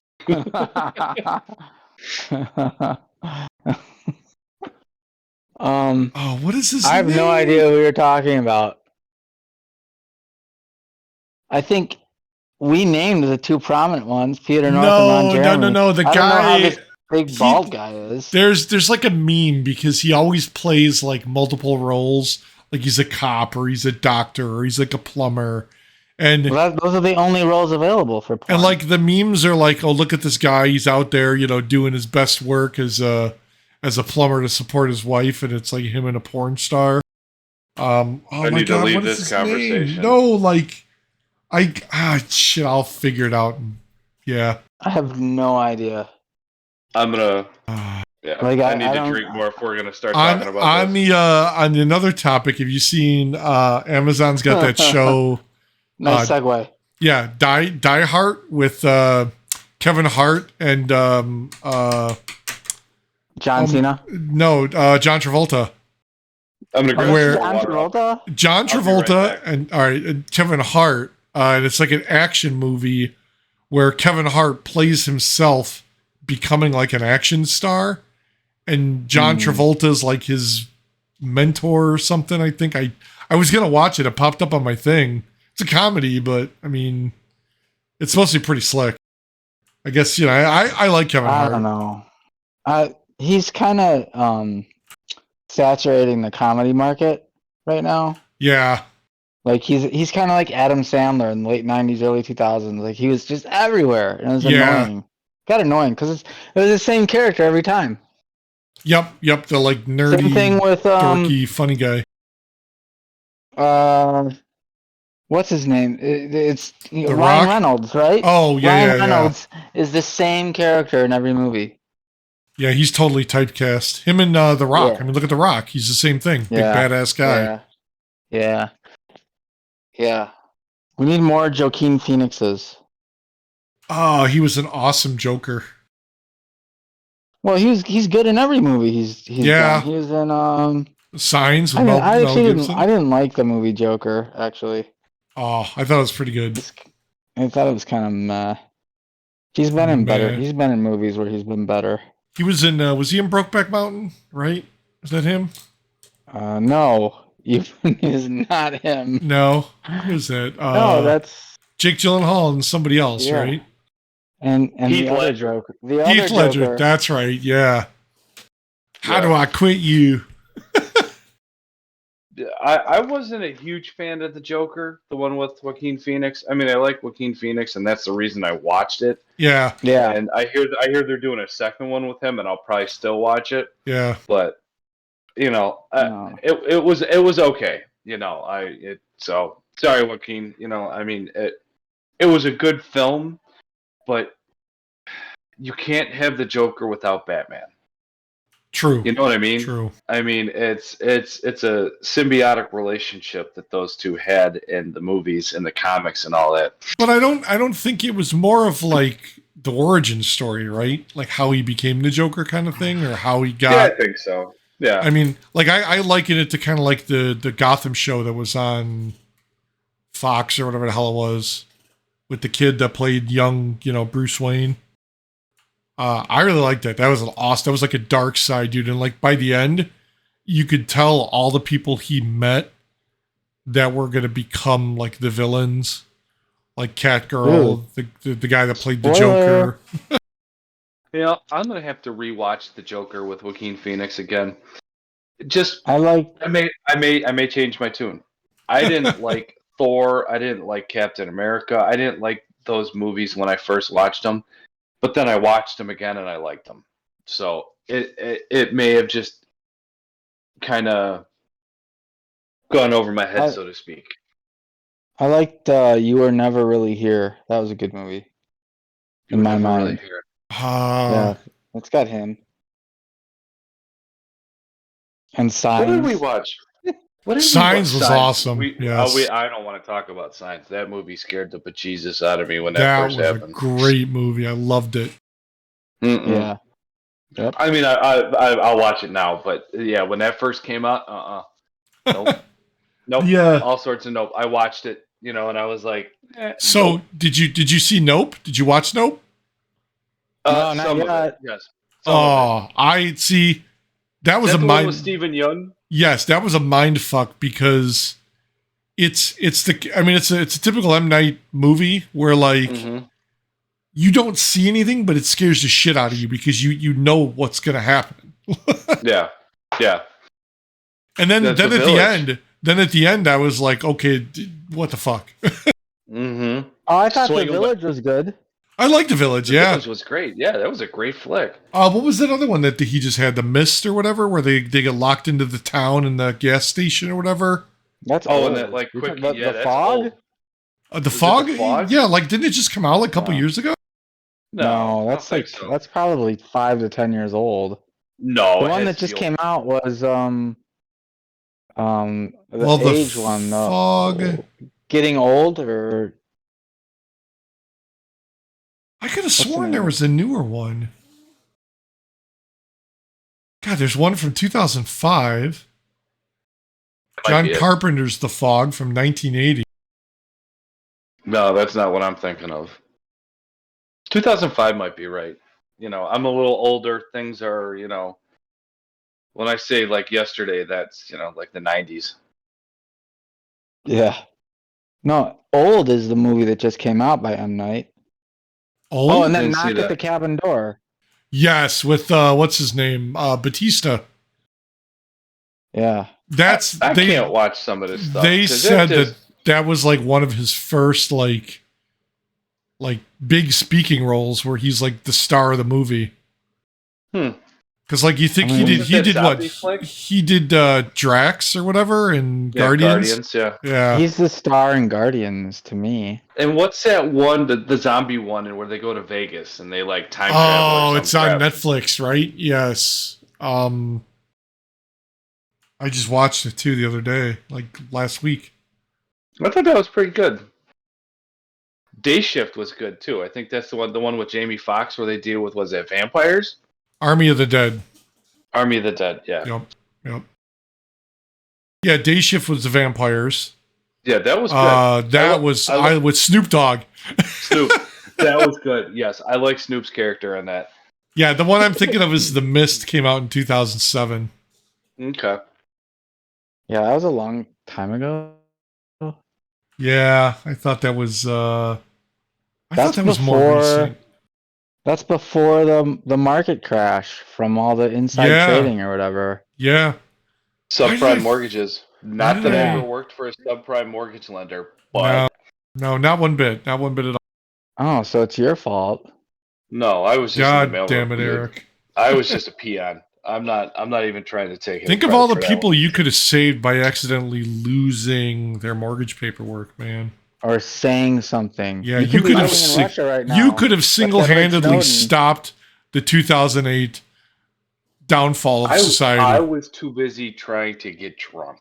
Let's just be honest. I was going to say on trying that to get one. in somebody's pants, but that too probably. trying to get into somebody's I subprime. was too Yeah. I was too busy. I was too busy trying to get Look at drunk. those low rates. This you is- think those I- rates are low? I watched it. I read this legit story the other day, and No cap for mentioned real? This, no cap for real. Yeah, dead ass. Low key. It's a mid story, but I mentioned it. I don't even know what because that means. there's kind of a smart ass,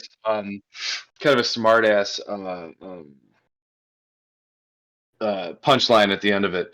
I was reading that in Baltimore, Washington's International Airport, a guy got arrested because he was trying to bring martial arts swords onto an airplane.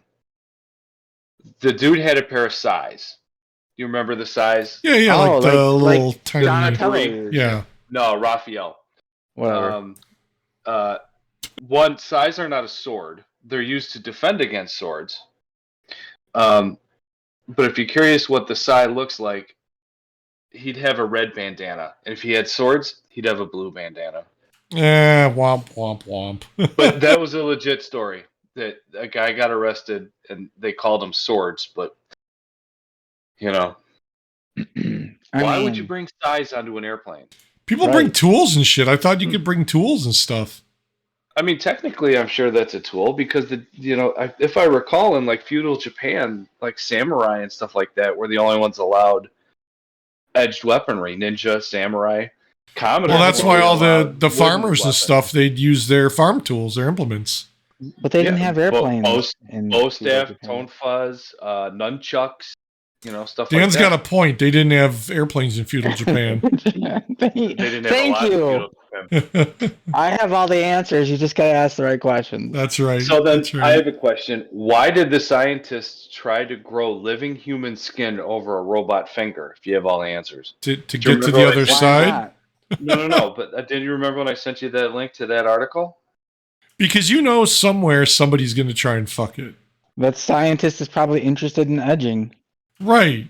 Well, okay, this is going in a direction I did not expect. I go this way.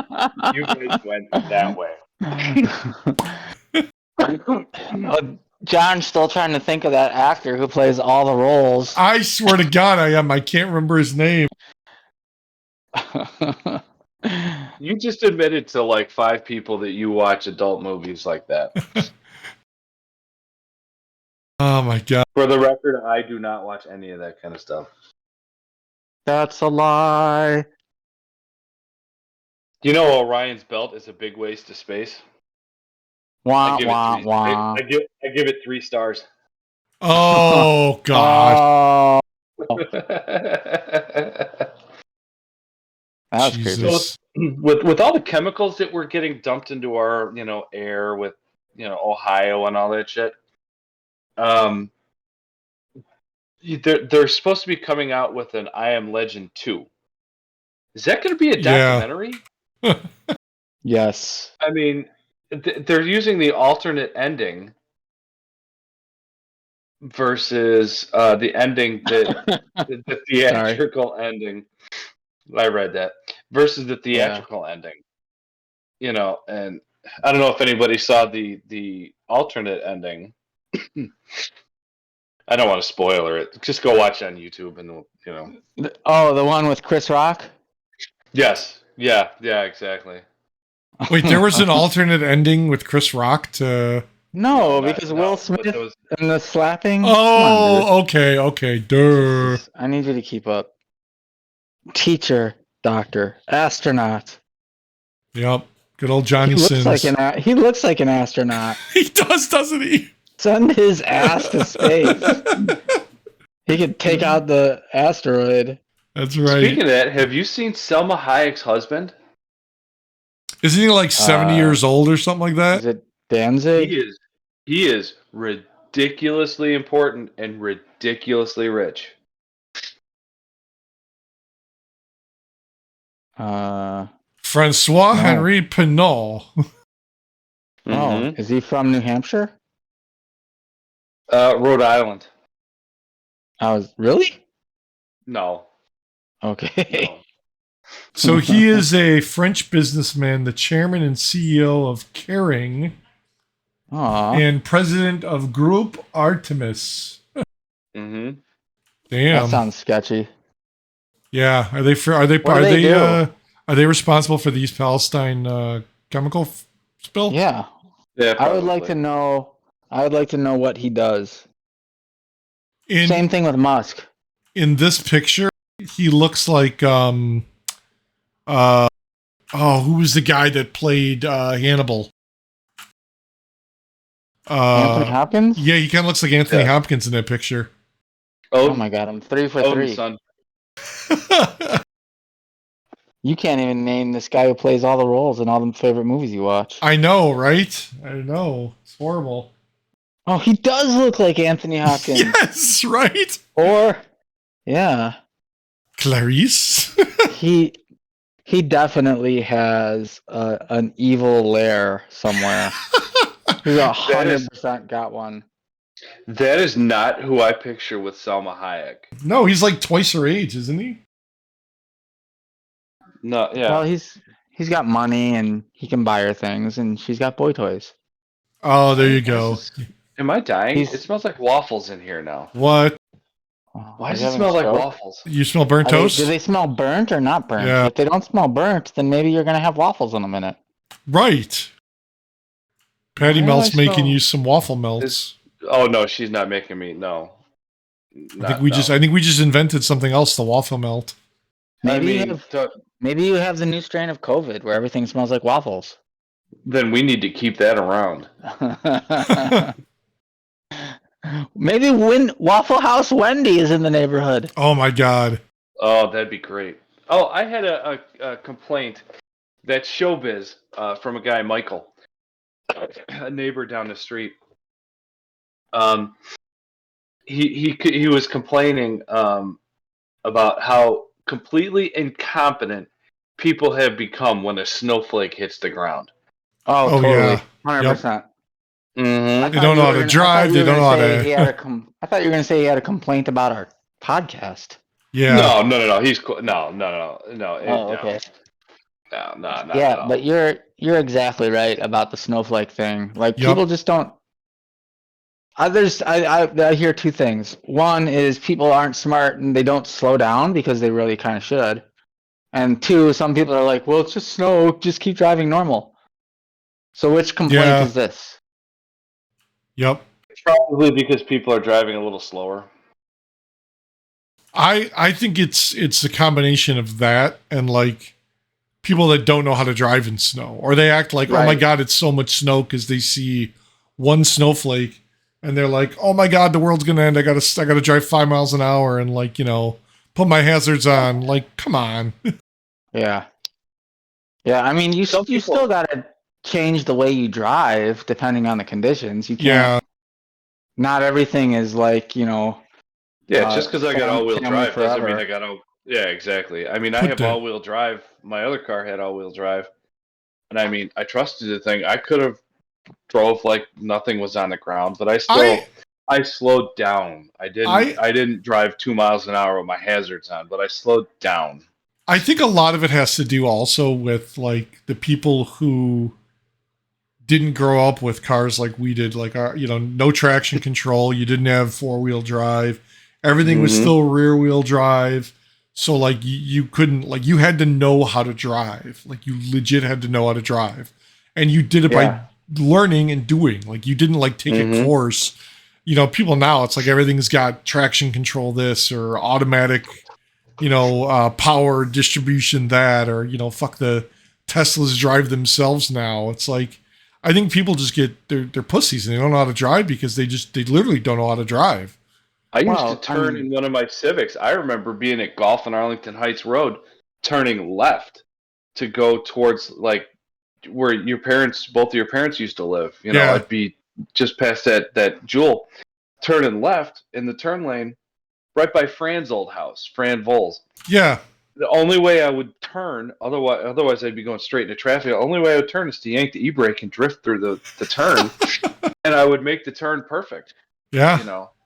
I mean, So- like I when I used to drive the Trailblazer, it was like a big heavy truck, and that thing had Mhm. 4-wheel drive. Like I'd put it in 4-wheel drive in the snow, and like I wouldn't even clear the driveway. I'd back out with like 8 inches of snow because the thing had the clearance.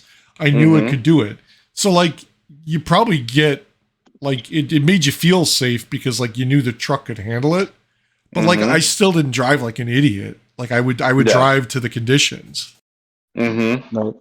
And I wouldn't That's say that people are pussies now because of it. Right? They have things that are adding conveniences to everyday life Yeah. and should make things safer. I mean, it's like if you put people who hunted their own food next to people who went and got it at Outback Steakhouse, the people who go into Outback aren't pussies because they didn't hunt their own food. True. Maybe to an extent. I mean, like, I don't know. I mean, if you don't know how to drive, the technology to make up for the safety and the convenience shouldn't be the replacement. Like, it's a safety and it's a convenience. It's not skill. Right. yeah, it doesn't replace the No, skill. They don't have the difficulties, the challenges, I'll say, that we had, right? Back in my day, They'll never know. I used to drive driving a Grand Prix uphill with both rear-wheel ways. drive, Yeah. Yeah. Or Yeah, my they'll Cutlass. never know. Yeah. Their cars tell them when there are other cars getting close to them. Oh my God. Like, Yeah. They I brake on their love- own now. Yeah.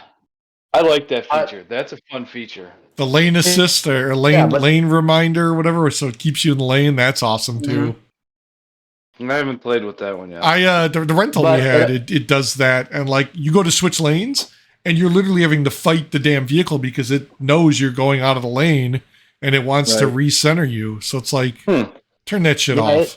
It presents a new set of challenges, Yeah. but also it makes people less like they think they can do more. Yeah. They're They're more looking at their distracted. phones. Like, They're I talking. don't need to do this. Yeah, exactly.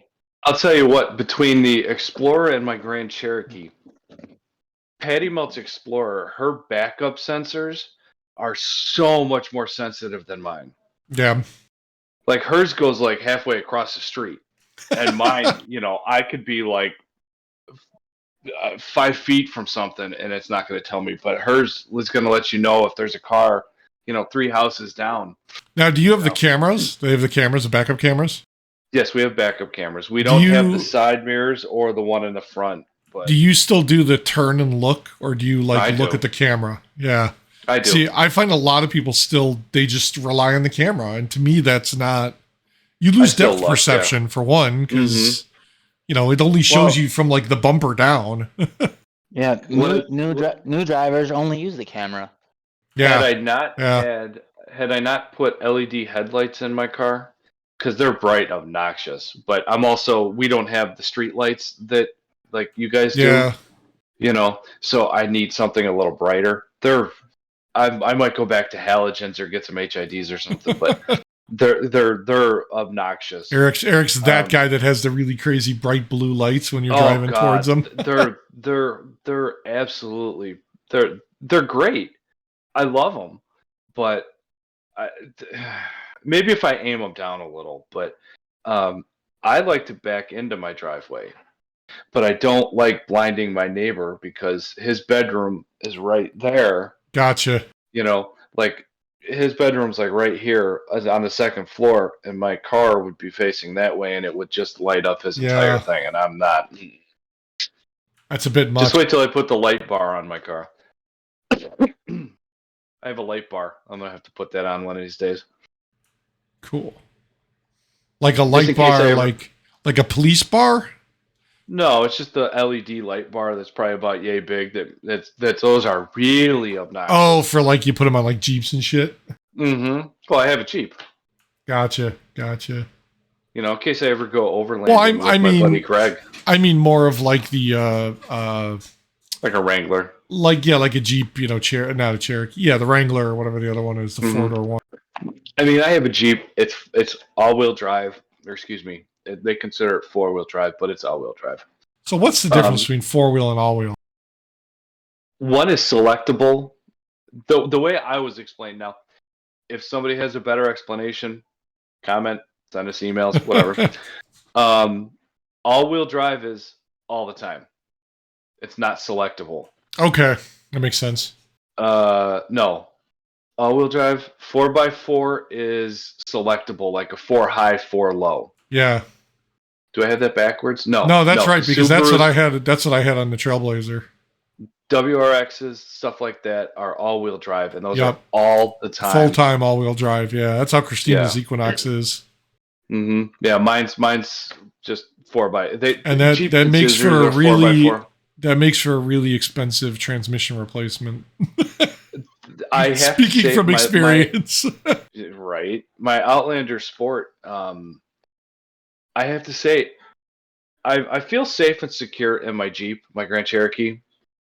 But driving my Grand Cherokee versus driving my Outlander Sport, my little fake SUV, my little wannabe CRV crossover. I had, yeah, exactly. I had a little button in my center console, 4-wheel drive auto, and then a 4-wheel drive lock. Okay. If it was if it was dry, 2-wheel drive all day every day because it I had 150 horsepower. I was going somewhere, but it was going to take me forever. It was not the fastest thing on the planet. A Prius probably could have beat me. If it was starting to get a little wet out, or kind of a little icky, just throw it into auto because it would stay 2-wheel drive until it sensed that it needed it, and then it would.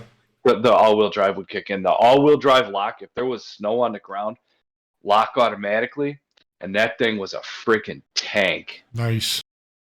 13 inches of snow with almost bald tires didn't stop me. Bald tires. They're not bald tires, they're racing slicks. Yeah, exactly. The thing was a monster.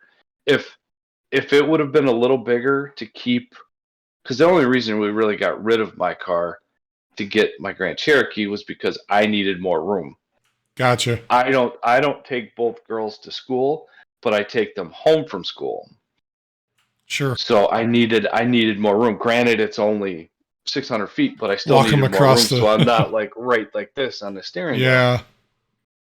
So if it would have been a little bit bigger, or if I would have got the Outlander, because I had the sportier version. I mean,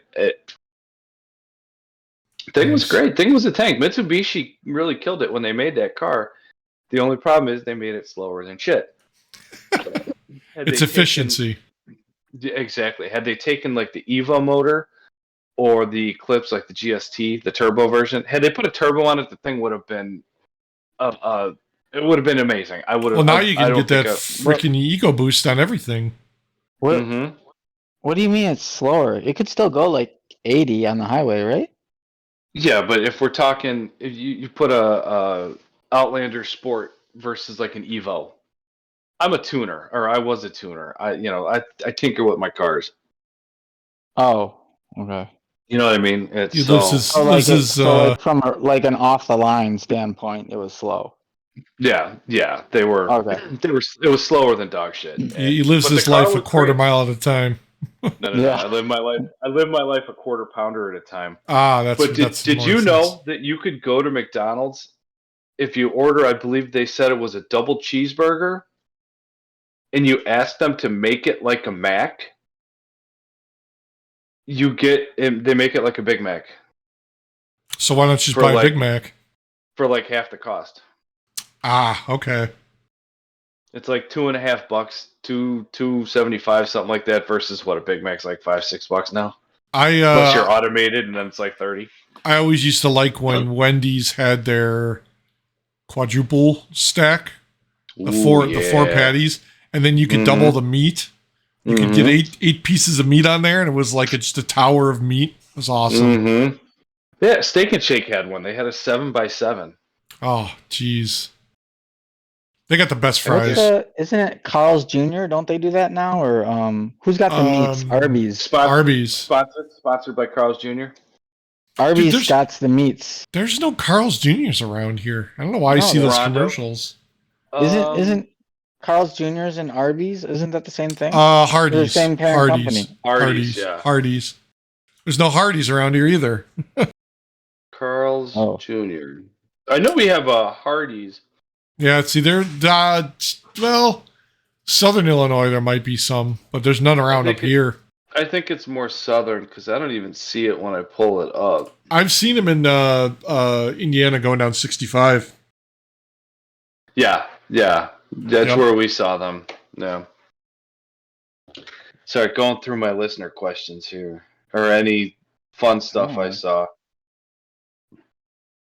You see that guy that was talking to Microsoft released their like AI chatbot thing as part of like their Bing search. And there was like a guy that was talking to it, and it kept telling him he should leave his wife, and it was trying to break him up. And then it told him it loved him and they should be together. Aw. I was like, wait a minute, it's a freaking AI. Like, what the hell? It's gonna be AI Manor. Yeah, like MILF Manor, but with robots. With AI, yeah. Fucking robots. Just a bunch of look at these hot server racks. Hot server racks near you just want to get railed. Yeah. Railed. Nice one. Geek humor. Make sure that you got to make sure their RAM is big enough. Like big Johnson hard drives.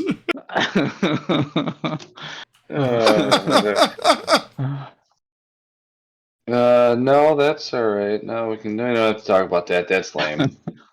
Get railed. Get railed. That was a good one. Oh my god. I'll get rid of that one. Wait, are we in position? Are we big enough where we can dismiss listener questions? Is that where we're at right now? You can't just send them away. He's like, nah. This is crap that I have gone through and looked at throughout the last couple of weeks, and I pre-screening. I'm just screening my notes to go through anything fun that we need to talk about. Which obviously, John, you said we had listener questions. Yeah, if you wanna talk about that one, or do you wanna? Because I know you kind of had some. We could talk about it a little bit. It was. Let me copy and paste this because I can't read how small this stupid text. From Tiger. Yeah, that's the one. How we discussed pew pews on and pew pew ownership on the podcast. Yeah, I don't. The email he just signed it Tiger. No, that's all right. I was like, okay, whatever. Or she, I don't know. Is he a king? Interested in our answers, like to hear a response that if basically, at nighttime, it's late, you hear a noise. Upon investigation, you see a figure walking around your house. You can make out the shape of a large male, possibly armed, but it's dark. But you can't exactly make them out. How do you react? What do you do? Yeah. I think I know where this came from because I'd seen somebody, it was Joe Rogan or somebody had somebody on that asked something similar. and he expanded on it more because it was like it was meant to evoke the thought process of like how you'd react in that situation. And I thought like some like firearm training or somebody did that, and that was like the way they posed the question to the people that took the class. Even if you've taken training on it, how it actually goes down doesn't match training. No, I don't. I mean, I agree with you there. I don't think you're ever ready to do that. Right. How would I react, or how do I think I would react? How I would react, and probably how I think I would react, could be two different things. And I'll go on this and say, I hope nobody, everywhere, nobody on the planet ever has to deal with that. No. Period. I don't want anybody breaking into anybody's home, whether you have kids or not, doesn't matter. Stop breaking into people's places. Why are you valuing somebody else's shit over, say, your life? Yeah. You hear the statistics of, the police are 3 minutes away. You see statistics of, let's say, certain towns and cities that the cops are 20 minutes away. So you got to deal with that for 20 minutes.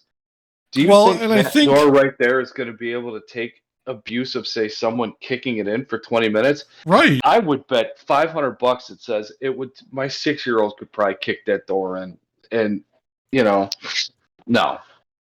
I mean, I think like you can be as armed and trained and take as many classes as you want, but the reality of it is like if shit hits the fan, like all that training and all that time you spent kind of means fuck all, because like if somebody if somebody starts shooting, like you're not doing live fire training. Like you go to the range and you shoot a paper target or a dummy.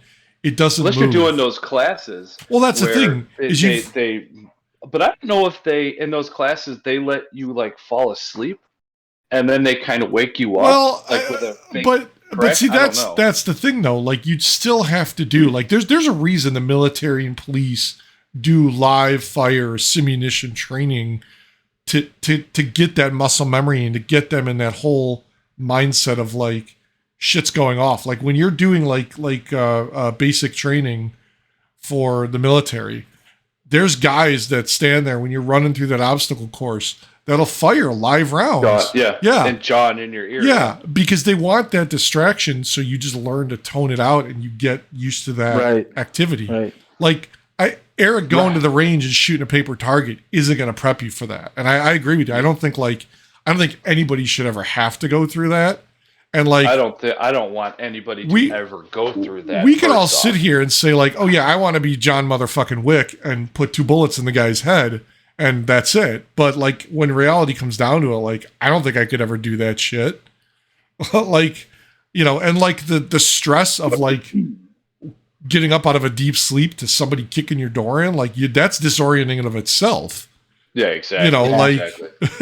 Now, if it came down to saving my kids and some dude that values my shit over his life, if it came to my kids, your kids, okay, you know what? I'm sorry. I value my kids more. Well, and that's, I think somebody comes through that door, but then you also have to think about somebody comes through your door. Here's some of the things that people try to tell you with home protection. What's behind your target? Yeah. Okay. Somebody comes in through that door. What's behind that target? Is that going into my living room? Is that going to my neighbor's house? Going into patty melt? Over penetration of whatever you're using. Yeah. Whether it's bow and arrow, crossbow, knife, gun, whatever. If you do actually have to shoot somebody, one, are you going to be okay up here after doing that? Well, and that's the other part of the question. I think that now that I think about when I first saw it, what if that's a kid? What if that's an 18, 19-year-old kid who's trying to steal the PS5 or who's got the wrong house. You know, shit, that happens all the time. The guy breaks into the wrong house because he's looking for a drug dealer or whatever, and it's you're breaking into the wrong house. No, yeah, well, but how do you live with yourself knowing that you shot that kid to defend yourself? Like, could you live with yourself? Like, is it just another person, or was that an 18-year-old kid that was somebody's son or daughter or whatever? Like, I don't think I could deal with that shit. Well, if kids make bad choices, I mean, you just have to. It's an unfortunate byproduct. Right? I think because it is. They have the potential to be good, but they also have the potential to be bad. I mean, I think road they took. I think like in this scenario that the viewers sent us, like if I woke up and I saw a shadow of somebody rooting around my cabinets or something looking for valuables, like part of me wants to be like, I'll grab the baseball bat because I don't have a gun, at least not loaded. I grab a baseball bat and turn the light on and be like, what the fuck you doing? And then like, maybe the guy's got a gun, you know, that's a risk you take. I don't know. I mean, you know, do I charge the guy and tackle him? I don't know. You know, I wouldn't know how to react, but it's like, if I had a gun, I don't think my first instinct would be shoot first, ask questions later. Right. Like, and also the person who invaded your house might not be planning on using a gun. Well, they could be high on drugs. They could be freaking loopy. You know, I mean, who knows? Don't invade my house. First off, don't come into my house as a perpetrator. Don't come into my house. Period. Right. That's just respect. It is, yes. Morals. It is. So whether or not you plan to, might do, whatever, shoot perpetrator A shouldn't be breaking into your fucking house to be. Well, that's true, and I don't know how it is in Wisconsin, but like Illinois still observes the castle doctrine. So you could be like, yeah, if the guy breaks into my house and I feared for my life, I do what I got to do to defend myself and my family. Mm-hmm. Yeah, we have something. And the key word is there. The key word is when the cops show up, you tell them you feared for your life, because then it justifies it. You know, like if the guy says, oh shit, he's got a gun and he goes to run away, would you let him run? I mean, is it worth that possibility that A, you're going to shoot him and kill him? B, they're going to run away and you're going to shoot the neighbor, you know, your dog, your neighbor's house, whatever, you know, trying to hit him. I mean, or they run away and they turn their life around. Or in your mind, worst case scenario, they run away and get their friends and come back later. You know, now you got to deal with 6 armed people. You know, also a possibility. I mean, I don't. At what point do you make that decision? Like, you only have a split second to do that before that guy turns around and either shoots you or runs at you or whatever. And it's like, you better be damn sure you've got that decision locked down before you do it, or you know, you suffer the consequences, whatever they're going to be. Yeah, exactly. I think I love the comment. I'd rather be judged by 12 than carried by 6. To me, like, let the court decide. If I shoot the guy and he dies and I've feared for my life because he turned to charge me in his drug-induced rage, then yeah, let the court decide that. If I shoot the guy and it finds out he was armed with a shotgun and he could have used it on me, then fine. Maybe I feel better about myself. Now, if it's a 16-year-old kid who's trying to look for money for drugs and he wasn't even armed, or he had an airsoft gun that looks real, you know, fuck. What do you do? You're still valuing my shit over your life. Well, but that's the thing too. 16-year-old kid breaks into my house to buy drugs and he's got an airsoft pistol or a real pistol or something that may look like a pistol in the dark. You're still valuing my shit, you know, to your life, because who knows, you know, I could be sitting here with a big Smith & Wesson 500 revolver waiting for some idiot to break into my house. But I think, you know, I never want to do that. I think just put that out there. Yeah, there's a part of the argument though that says like, oh, you come up on the guy and he's stealing your jewelry out of your dresser. At what point do you confront him or just be like, take the shit and leave? And you know, that's all he wants and that's all he does. Or you catch him as he's, you know, halfway out the door.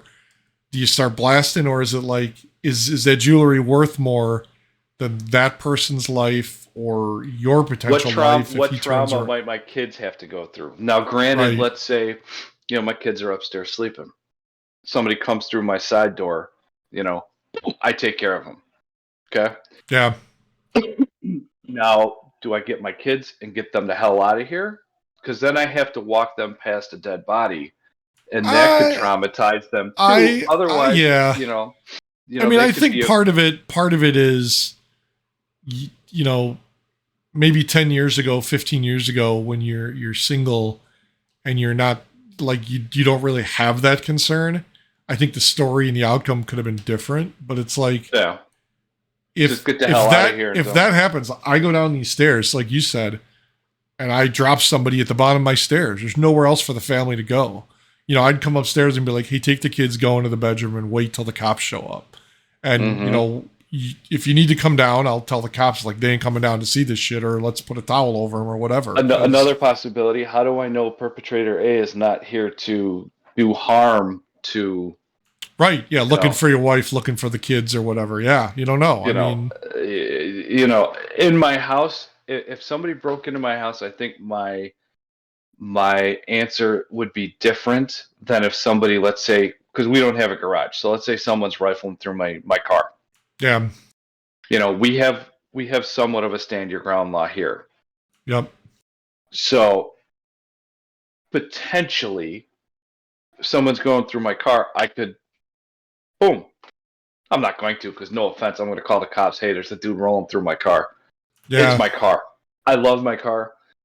I love everything in my car, but it's just my car. That can be replaced. So it's funny. Those two cannot be replaced. I just Googled it. Illinois does not have a stand your ground statute. Yes, correct. But the Supreme Court held that there is no duty to retreat before using force in public. The law authorizes the use of deadly force to prevent the commission of a forcible felony, which is defined to include burglary of unoccupied vehicles. So if the guy's trying to steal my cat, they're basically telling me I'm well within my right to shoot him in the ass as he lays under my car. No, don't get me wrong. Like I said, somebody's messing those catalytic converters are fucking expensive. I could justify that. Somebody trying to roll into my house. You have two different answers. You're out there messing with my car. I'm calling the cops. I mean, to me, I got insurance. 5 minutes, whatever the reaction time is. Take your time, because no offense, I have a couple cameras out there. It's gonna get you. I don't care. Coming to the house, no offense, that's a different story, and I don't want to know what my reaction would be. Yeah, I don't think anybody. I don't want anybody. I don't know. I mean, as much as I'd love to say I could be John McClane and Yippee-Ki-Yay the guy, but Now, Now, whether somebody likes guns or not, that is 100% your right and your. I will not tell you that if you do not like guns, I'm not going to tell you that you're. But there's an idiot. other ways of defending yourself. I'm going to respect your opinion on I don't like guns, or you may be I don't like guns, but I don't know anything about them. And my response to that would be go to a range, talk to people. Yeah, go to shooting day. Yep. Go to a factory shoot, rent one, take one of the NRA pistol courses. Where you go through the safety. They put one down in front of you, unloaded, of course, and go through it and learn about it. And then you go to the range and shoot, and then you go, okay, this isn't for me. I don't like this. Okay, cool, rock on. You got some knowledge at least, and you have a. I've shot. I've done this. I don't like it. Rock on. You have experience. Yeah. You say you don't like it. So, but even if you like them or don't like them, hey, it's your prerogative. Yeah, and there are people in the world who don't have guns. So me. Yeah. Right? Yeah. So if a guy breaks into a house and you don't have a gun, you still have an opportunity to defend yourself or take care of yourself. You just can't shoot definitely. Them. You just gotta be smart about what you're doing. Then you don't have to worry about over penetration and possibly hitting your neighbor's house.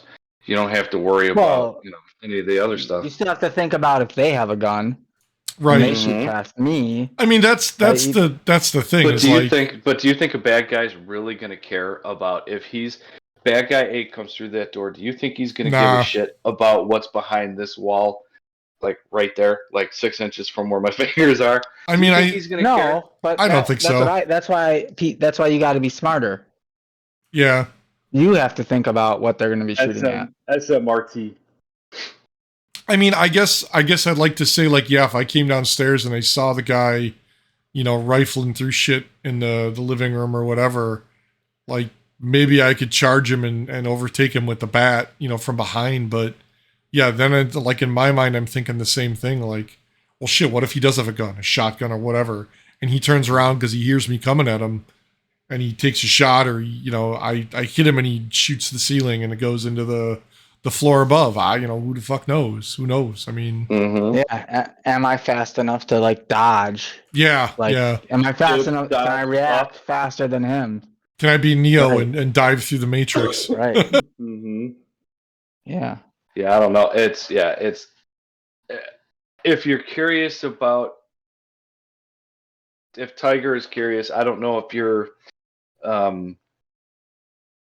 pro Second Amendment or not, or kind of I don't know. Best thing I would say, go to a range wherever you're at. There's going to be a range. There's going to be people there that want to help you learn.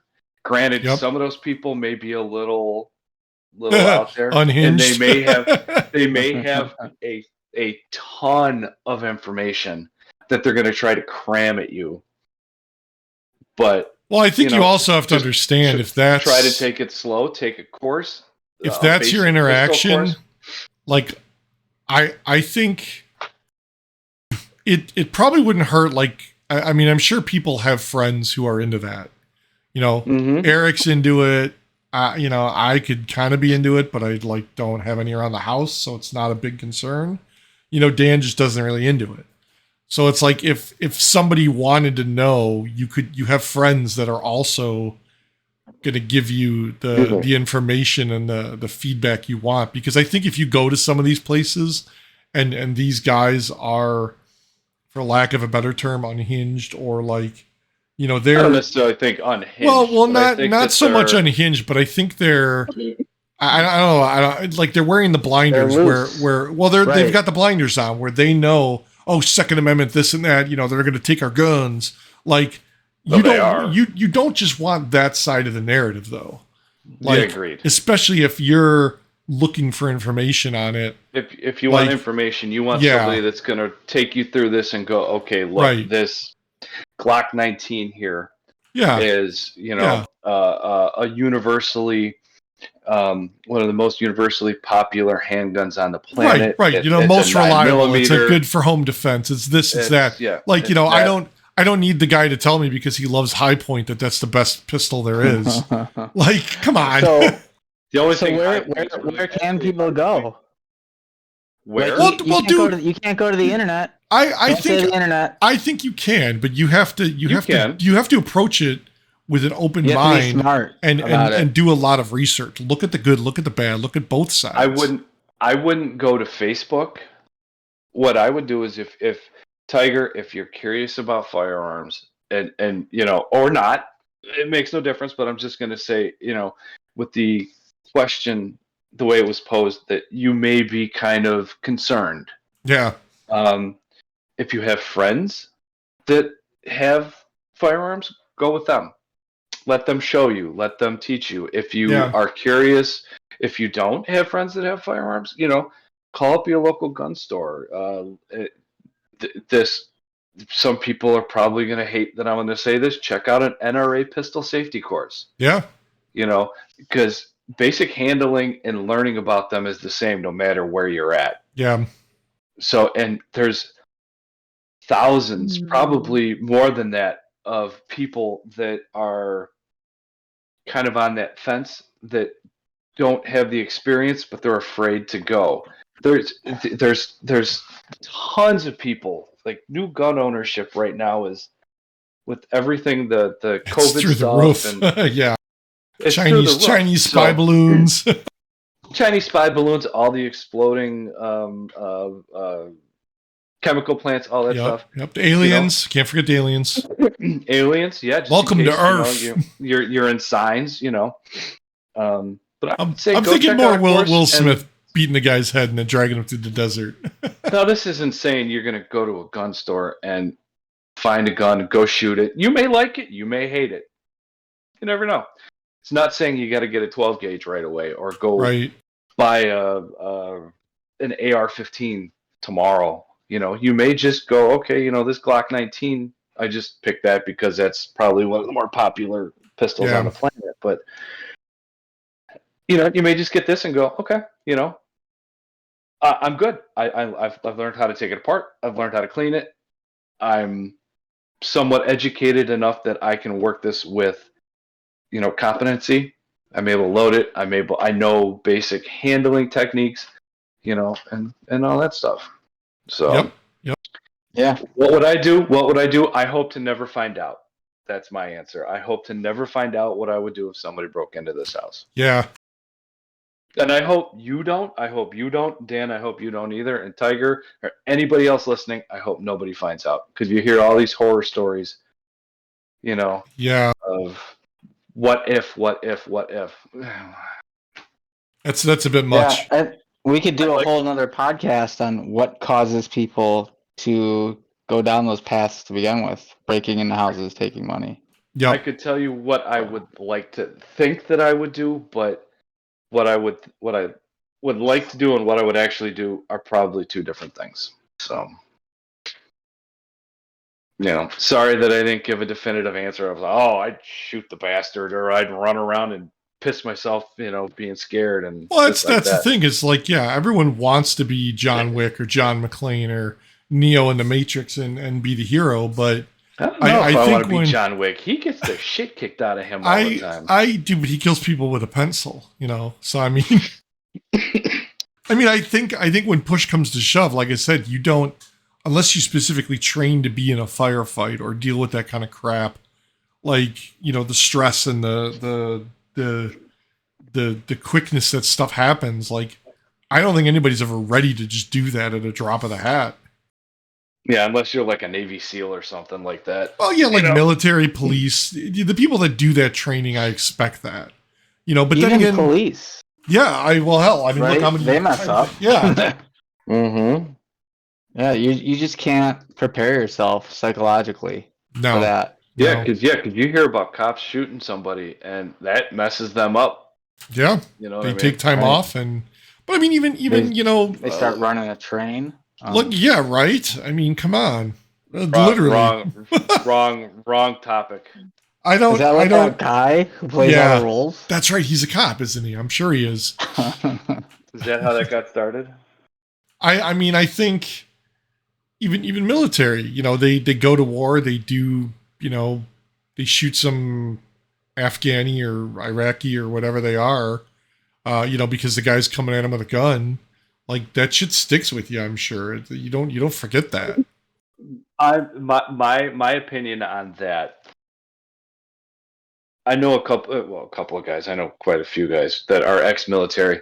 A couple, 2, 3 of them have kind of a different take on that whole PTSD thing from the military. Yeah. I never served. I don't have the experience to have an opinion of myself. For myself, I'm expressing the opinions of 3 guys that I know that were in the military. One guy, he's not sure how he's still alive because guy he was in Iraq. The guy was point blank, shot at him, missed him. The other one had a grenade explode, probably, I don't know, maybe from here to the door, but it was around a corner. I think it was around a corner, if I remember the pictures correctly. So these are, their opinions, not mine. Just relaying it. Their opinion is when you join the military, your job is to go to war. Yep. Your job is to kill, to fight. And if you're not prepared up here to do that, you probably shouldn't be joining that. I can't say that anybody's prepared to actually do that. I don't know. I don't have that I mean, experience to give it. If you're in the military and you're listening and you have an opinion on that, please, I would like to hear your opinion on that. Because again, I don't have the I never was there. Yeah, so I mean, I've never gone through it, but like you, I worked with a guy that went to Afghanistan, did 2 tours, and he said the hardest part that he didn't deal with like IEDs and losing a limb or anything like that. It was all mental because he said they were doing, a convoy somewhere, and the convoy got ambushed. So he's in the back of a Humvee with a bunch of other guys shooting, out the windows, shooting out the doors, whatever. Yeah. There's a guy, Afghani in the street, comes out with like a rifle, takes a couple shots at him. They drop him. His kid, maybe, got to be like 10, 12 years old, runs over and picks up the gun. And he's like, the hardest thing he had to do at that point was decide if he's going to pull the trigger and wait to see what that kid does. And like, I mean, I didn't have to ask him what happened because it's like, you could tell by looking at him, like, what he did. And he has to live with that the rest of his life. And that, like, there's a difference between like that and like, I signed up. I got to go to war. I got to fight for my country. Hoorah. But like, no one has to tell you you're going to shoot a kid. Like that. I wonder if there would be a difference between, we're at war. You and I are shooting at each other.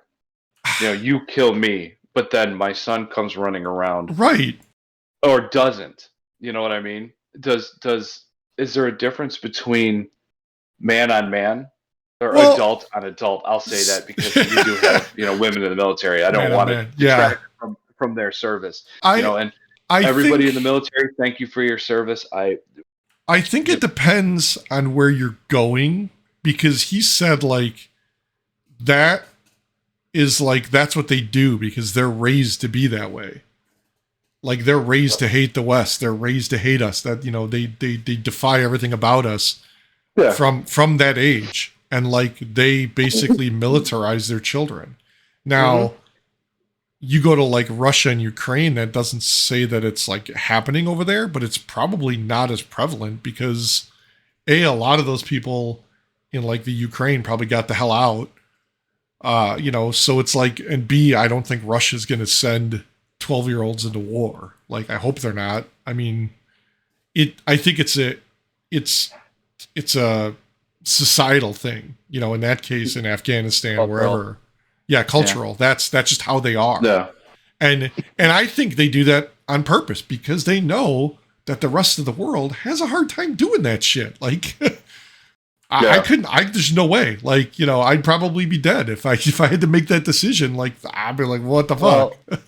Well, life is harder for those people too. Well, yeah. On average, yeah, right? I'm sure. Like, you see their living conditions, like they gotta fight. Yeah. And that's how that's just like, their way that they do it. And then you pull some 18-year-olds from the US who have not grown up having to fight to live. Yeah. Right? They've been playing video games. And it's definitely not like Call of Duty. They're not used to it. Yeah. This got real deep. Can see how it would mess up some kids. Yeah. Well, I think too, like Dan said, they're forced into that environment because of the conditions. Like, you have that decision here. Like I could sit here and be like, hey, if I'm 18 years old, I don't think I could do that. Like, I think the problem is when you're 18 and that guy shows up at high school and he's like, hey, what do you want to do? And, come join the army or whatever. Like, they don't tell you about that shit because they want you to sign up. I can guarantee you if they told you, like, at 17, 18 years old, hey, if you got to go to war, you may have to shoot a kid. There's no way that there's no way that anybody would sign up to go to war. Well, they just want anybody would sign up to go to war because I don't necessarily think it's just shooting a kid. I think just shooting someone. Period. Yeah. I mean, the kid's a little rougher. Yeah. But, They don't tell you have to do that because, like Dan said, they want the bodies. They want people to go. And I mean, there's a good chance that you're never going to go to war. But I mean, shit. Yeah, it's just like when I got hired at Handy Andy, they didn't hire me because I was skilled. They wanted to throw a body at a register. Yeah. You had mad skills. The hiring at Handy Andy was because they knew they had 3 assholes that were working there that were pretty freaking worthless. But you had mad skills, dude. You could ride that pallet jack like nobody. Heck yeah, put the 1x2 on there and joust with that. Yeah, fucking pallet jack jousting for life, yo. And don't forget about karate chop and the laminate tile. What was the samples? Was it the rebet, the countertop samples? We used to take them and chuck them at the wall and they'd stick. Mm-hmm. Or breaking the concrete bricks out in and seasonal. Yes. Good Lord. The dumb shit we did. See, this is why I never joined I didn't join the military because my mommy didn't want me to, but that's a whole other story. Yeah, I mean, part of me thinks my dad wanted me to. I could appreciate anybody who did that. And certainly, like, you know, that's a service that, like, whatever the hell they're going through, like, I hope they get the help they need. And, like, I really, like, that's the kind of shit that I wouldn't want. But, like, again, if nobody tells you about that when you're going to sign up, like, oh, we'll help you pay off your student loans. Like, hey, that's great. But it's like, as soon as you ship off, you know, you're going to have to shoot at somebody. Yeah, exactly. Okay, maybe I won't sign up. I'll just go get a job at the Wendy's. You know, like, like I think it's like a give and a take. Like they target people that they know either need the structure and that like layout in their life, or that explains why they wanted me. Or they just need the money, like the signing bonus, you know, hey, we'll give you $20,000 if you want to sign up, and you know, you get it after. If they would have offered me $20,000, I would have been signed up. Well, I would have been at basic. By a lot of them do that. That's the thing. That's the big selling point. A lot of these people, like Dan said, you know, look at predominantly a lot of the people that they're getting, and I'm sure there's been studies on this. I'm willing to bet a lot of them come from lower income, southern rural areas where, like, hey, this is my chance to get out of town. You know, like everybody, you grow up and you live in the place where you grew up, and that's all you know. Like a lot of people they all think America's the greatest country on the planet, even though they don't have internet and they've never seen anywhere else on the planet. Yeah. Well, and I mean, I think America's pretty damn good, to be honest with you. Well, yeah, it certainly beats a lot of other places. Don't get me wrong, but yeah, we're not number 1. Maybe we're top 10. Where would you prefer? I'm not trying to cause trouble. I'm asking a question. I can't reliably say because I've never experienced anywhere else. Like, I'd love to go to England. I'd love to go to Finland or Norway and see Sweden, see how that is. Like, I can't say, oh, I'd rather go to Germany because they got great beer and sausage. Well, got great beer and sausage up here in Wisconsin. Yeah, right. We got the what's the place up there? The Cheese Castle. Yeah, the Cheese Castle. The Mars Cheese Castle. Mars Cheese Castle. Yes. All right. It looks like we're about 2 hours, gentlemen. Yeah, 2:22. But I started before when you and I were here, just messing around. Were you recording when you started? I did because I wanted to make sure that it was actually recording the audio this time. He was doing a voice overlay like Morgan Freeman. Yeah. 3 guys. Oh my Lord. Anybody that made it this far in the podcast, thank you so much. I appreciate it. We're just a couple of idiots that, you know. Do you post the whole podcast in its entirety? Yeah, I mean, I pretty much don't like edit any of it. I mean, there was a couple of them, like when Eric's kids, I think, came in, and then when the grandson and the wife showed up, I blurred them out, but like I pretty much post the whole thing. Thank you for that, by the way. Well, I figure, you know, hell, they're underage, and actually I think you got last week, I think is when they popped in on you. I pulled that one down anyway because there's no audio. I don't know what the hell happened. So no, all right.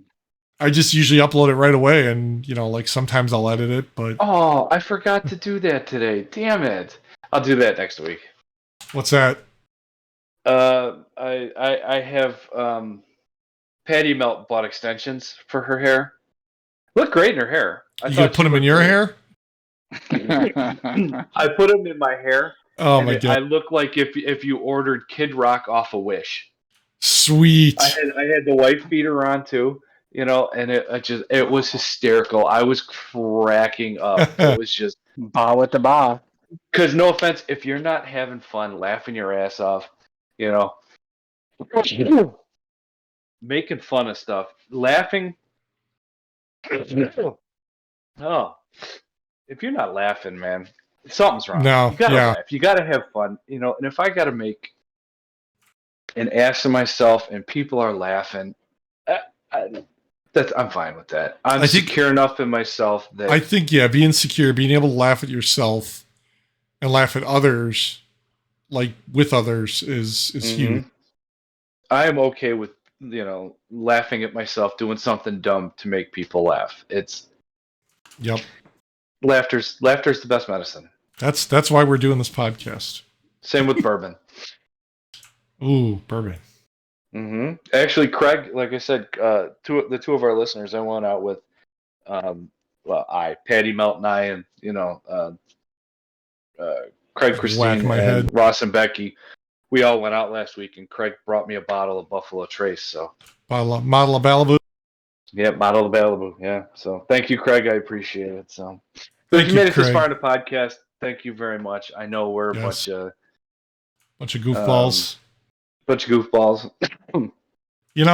of the time, don't take anything we say to heart. We're just trying to be funny, and sometimes we have to be serious, but we try not to. We had a really good, serious conversation tonight, I think. Yeah. Tiger, thank you very much for that, by the way. I hope we answered your questions. If you have any follow-ups, please feel free, shoot us shoot us another email or put on the video, email, whatever you want to do. Video, Twitter. I'm on Twitter, Eric Relatable or something and like that. I don't want to say that like I didn't read the guy's email address. He just signed it -Tiger. So I'm like, okay, Tiger, whatever.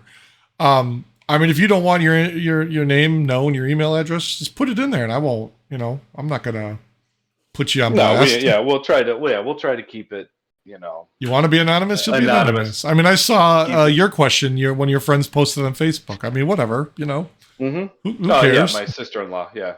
The Def Leppard Metallica. Yeah, I saw that earlier. I was like, oh, that's where he got that from. Yeah, she's been great. She's been Patty Melt and my sister-in-law and some of their friends have been great by giving us questions and stuff like that. We are going to make them honorary leaders of our fan club. There we go. Patty Melt's the leader of our fan club. Yeah, and your sister-in-law. Yeah, my sister-in-law. Yeah, I'll let her know. Nice. Get them T-shirts, relatables. Oh God, that'd be hilarious. So we'll have to get some T-shirts made so we can, start. Yeah, definitely. What if you could do that with that little? We'll talk about that later. So yeah, cool. All right, gentlemen, everybody listening, ladies, gentlemen, whatever. Thank you again, Tiger. Thank you for the question. And hopefully we answered it, and hopefully we didn't piss anybody off in the process. So cool. Yep. Thank you very much. Cool. Have a good one. All right, guys. Take care, guys. See you later. All right, later. Bye. Peace out. Peace.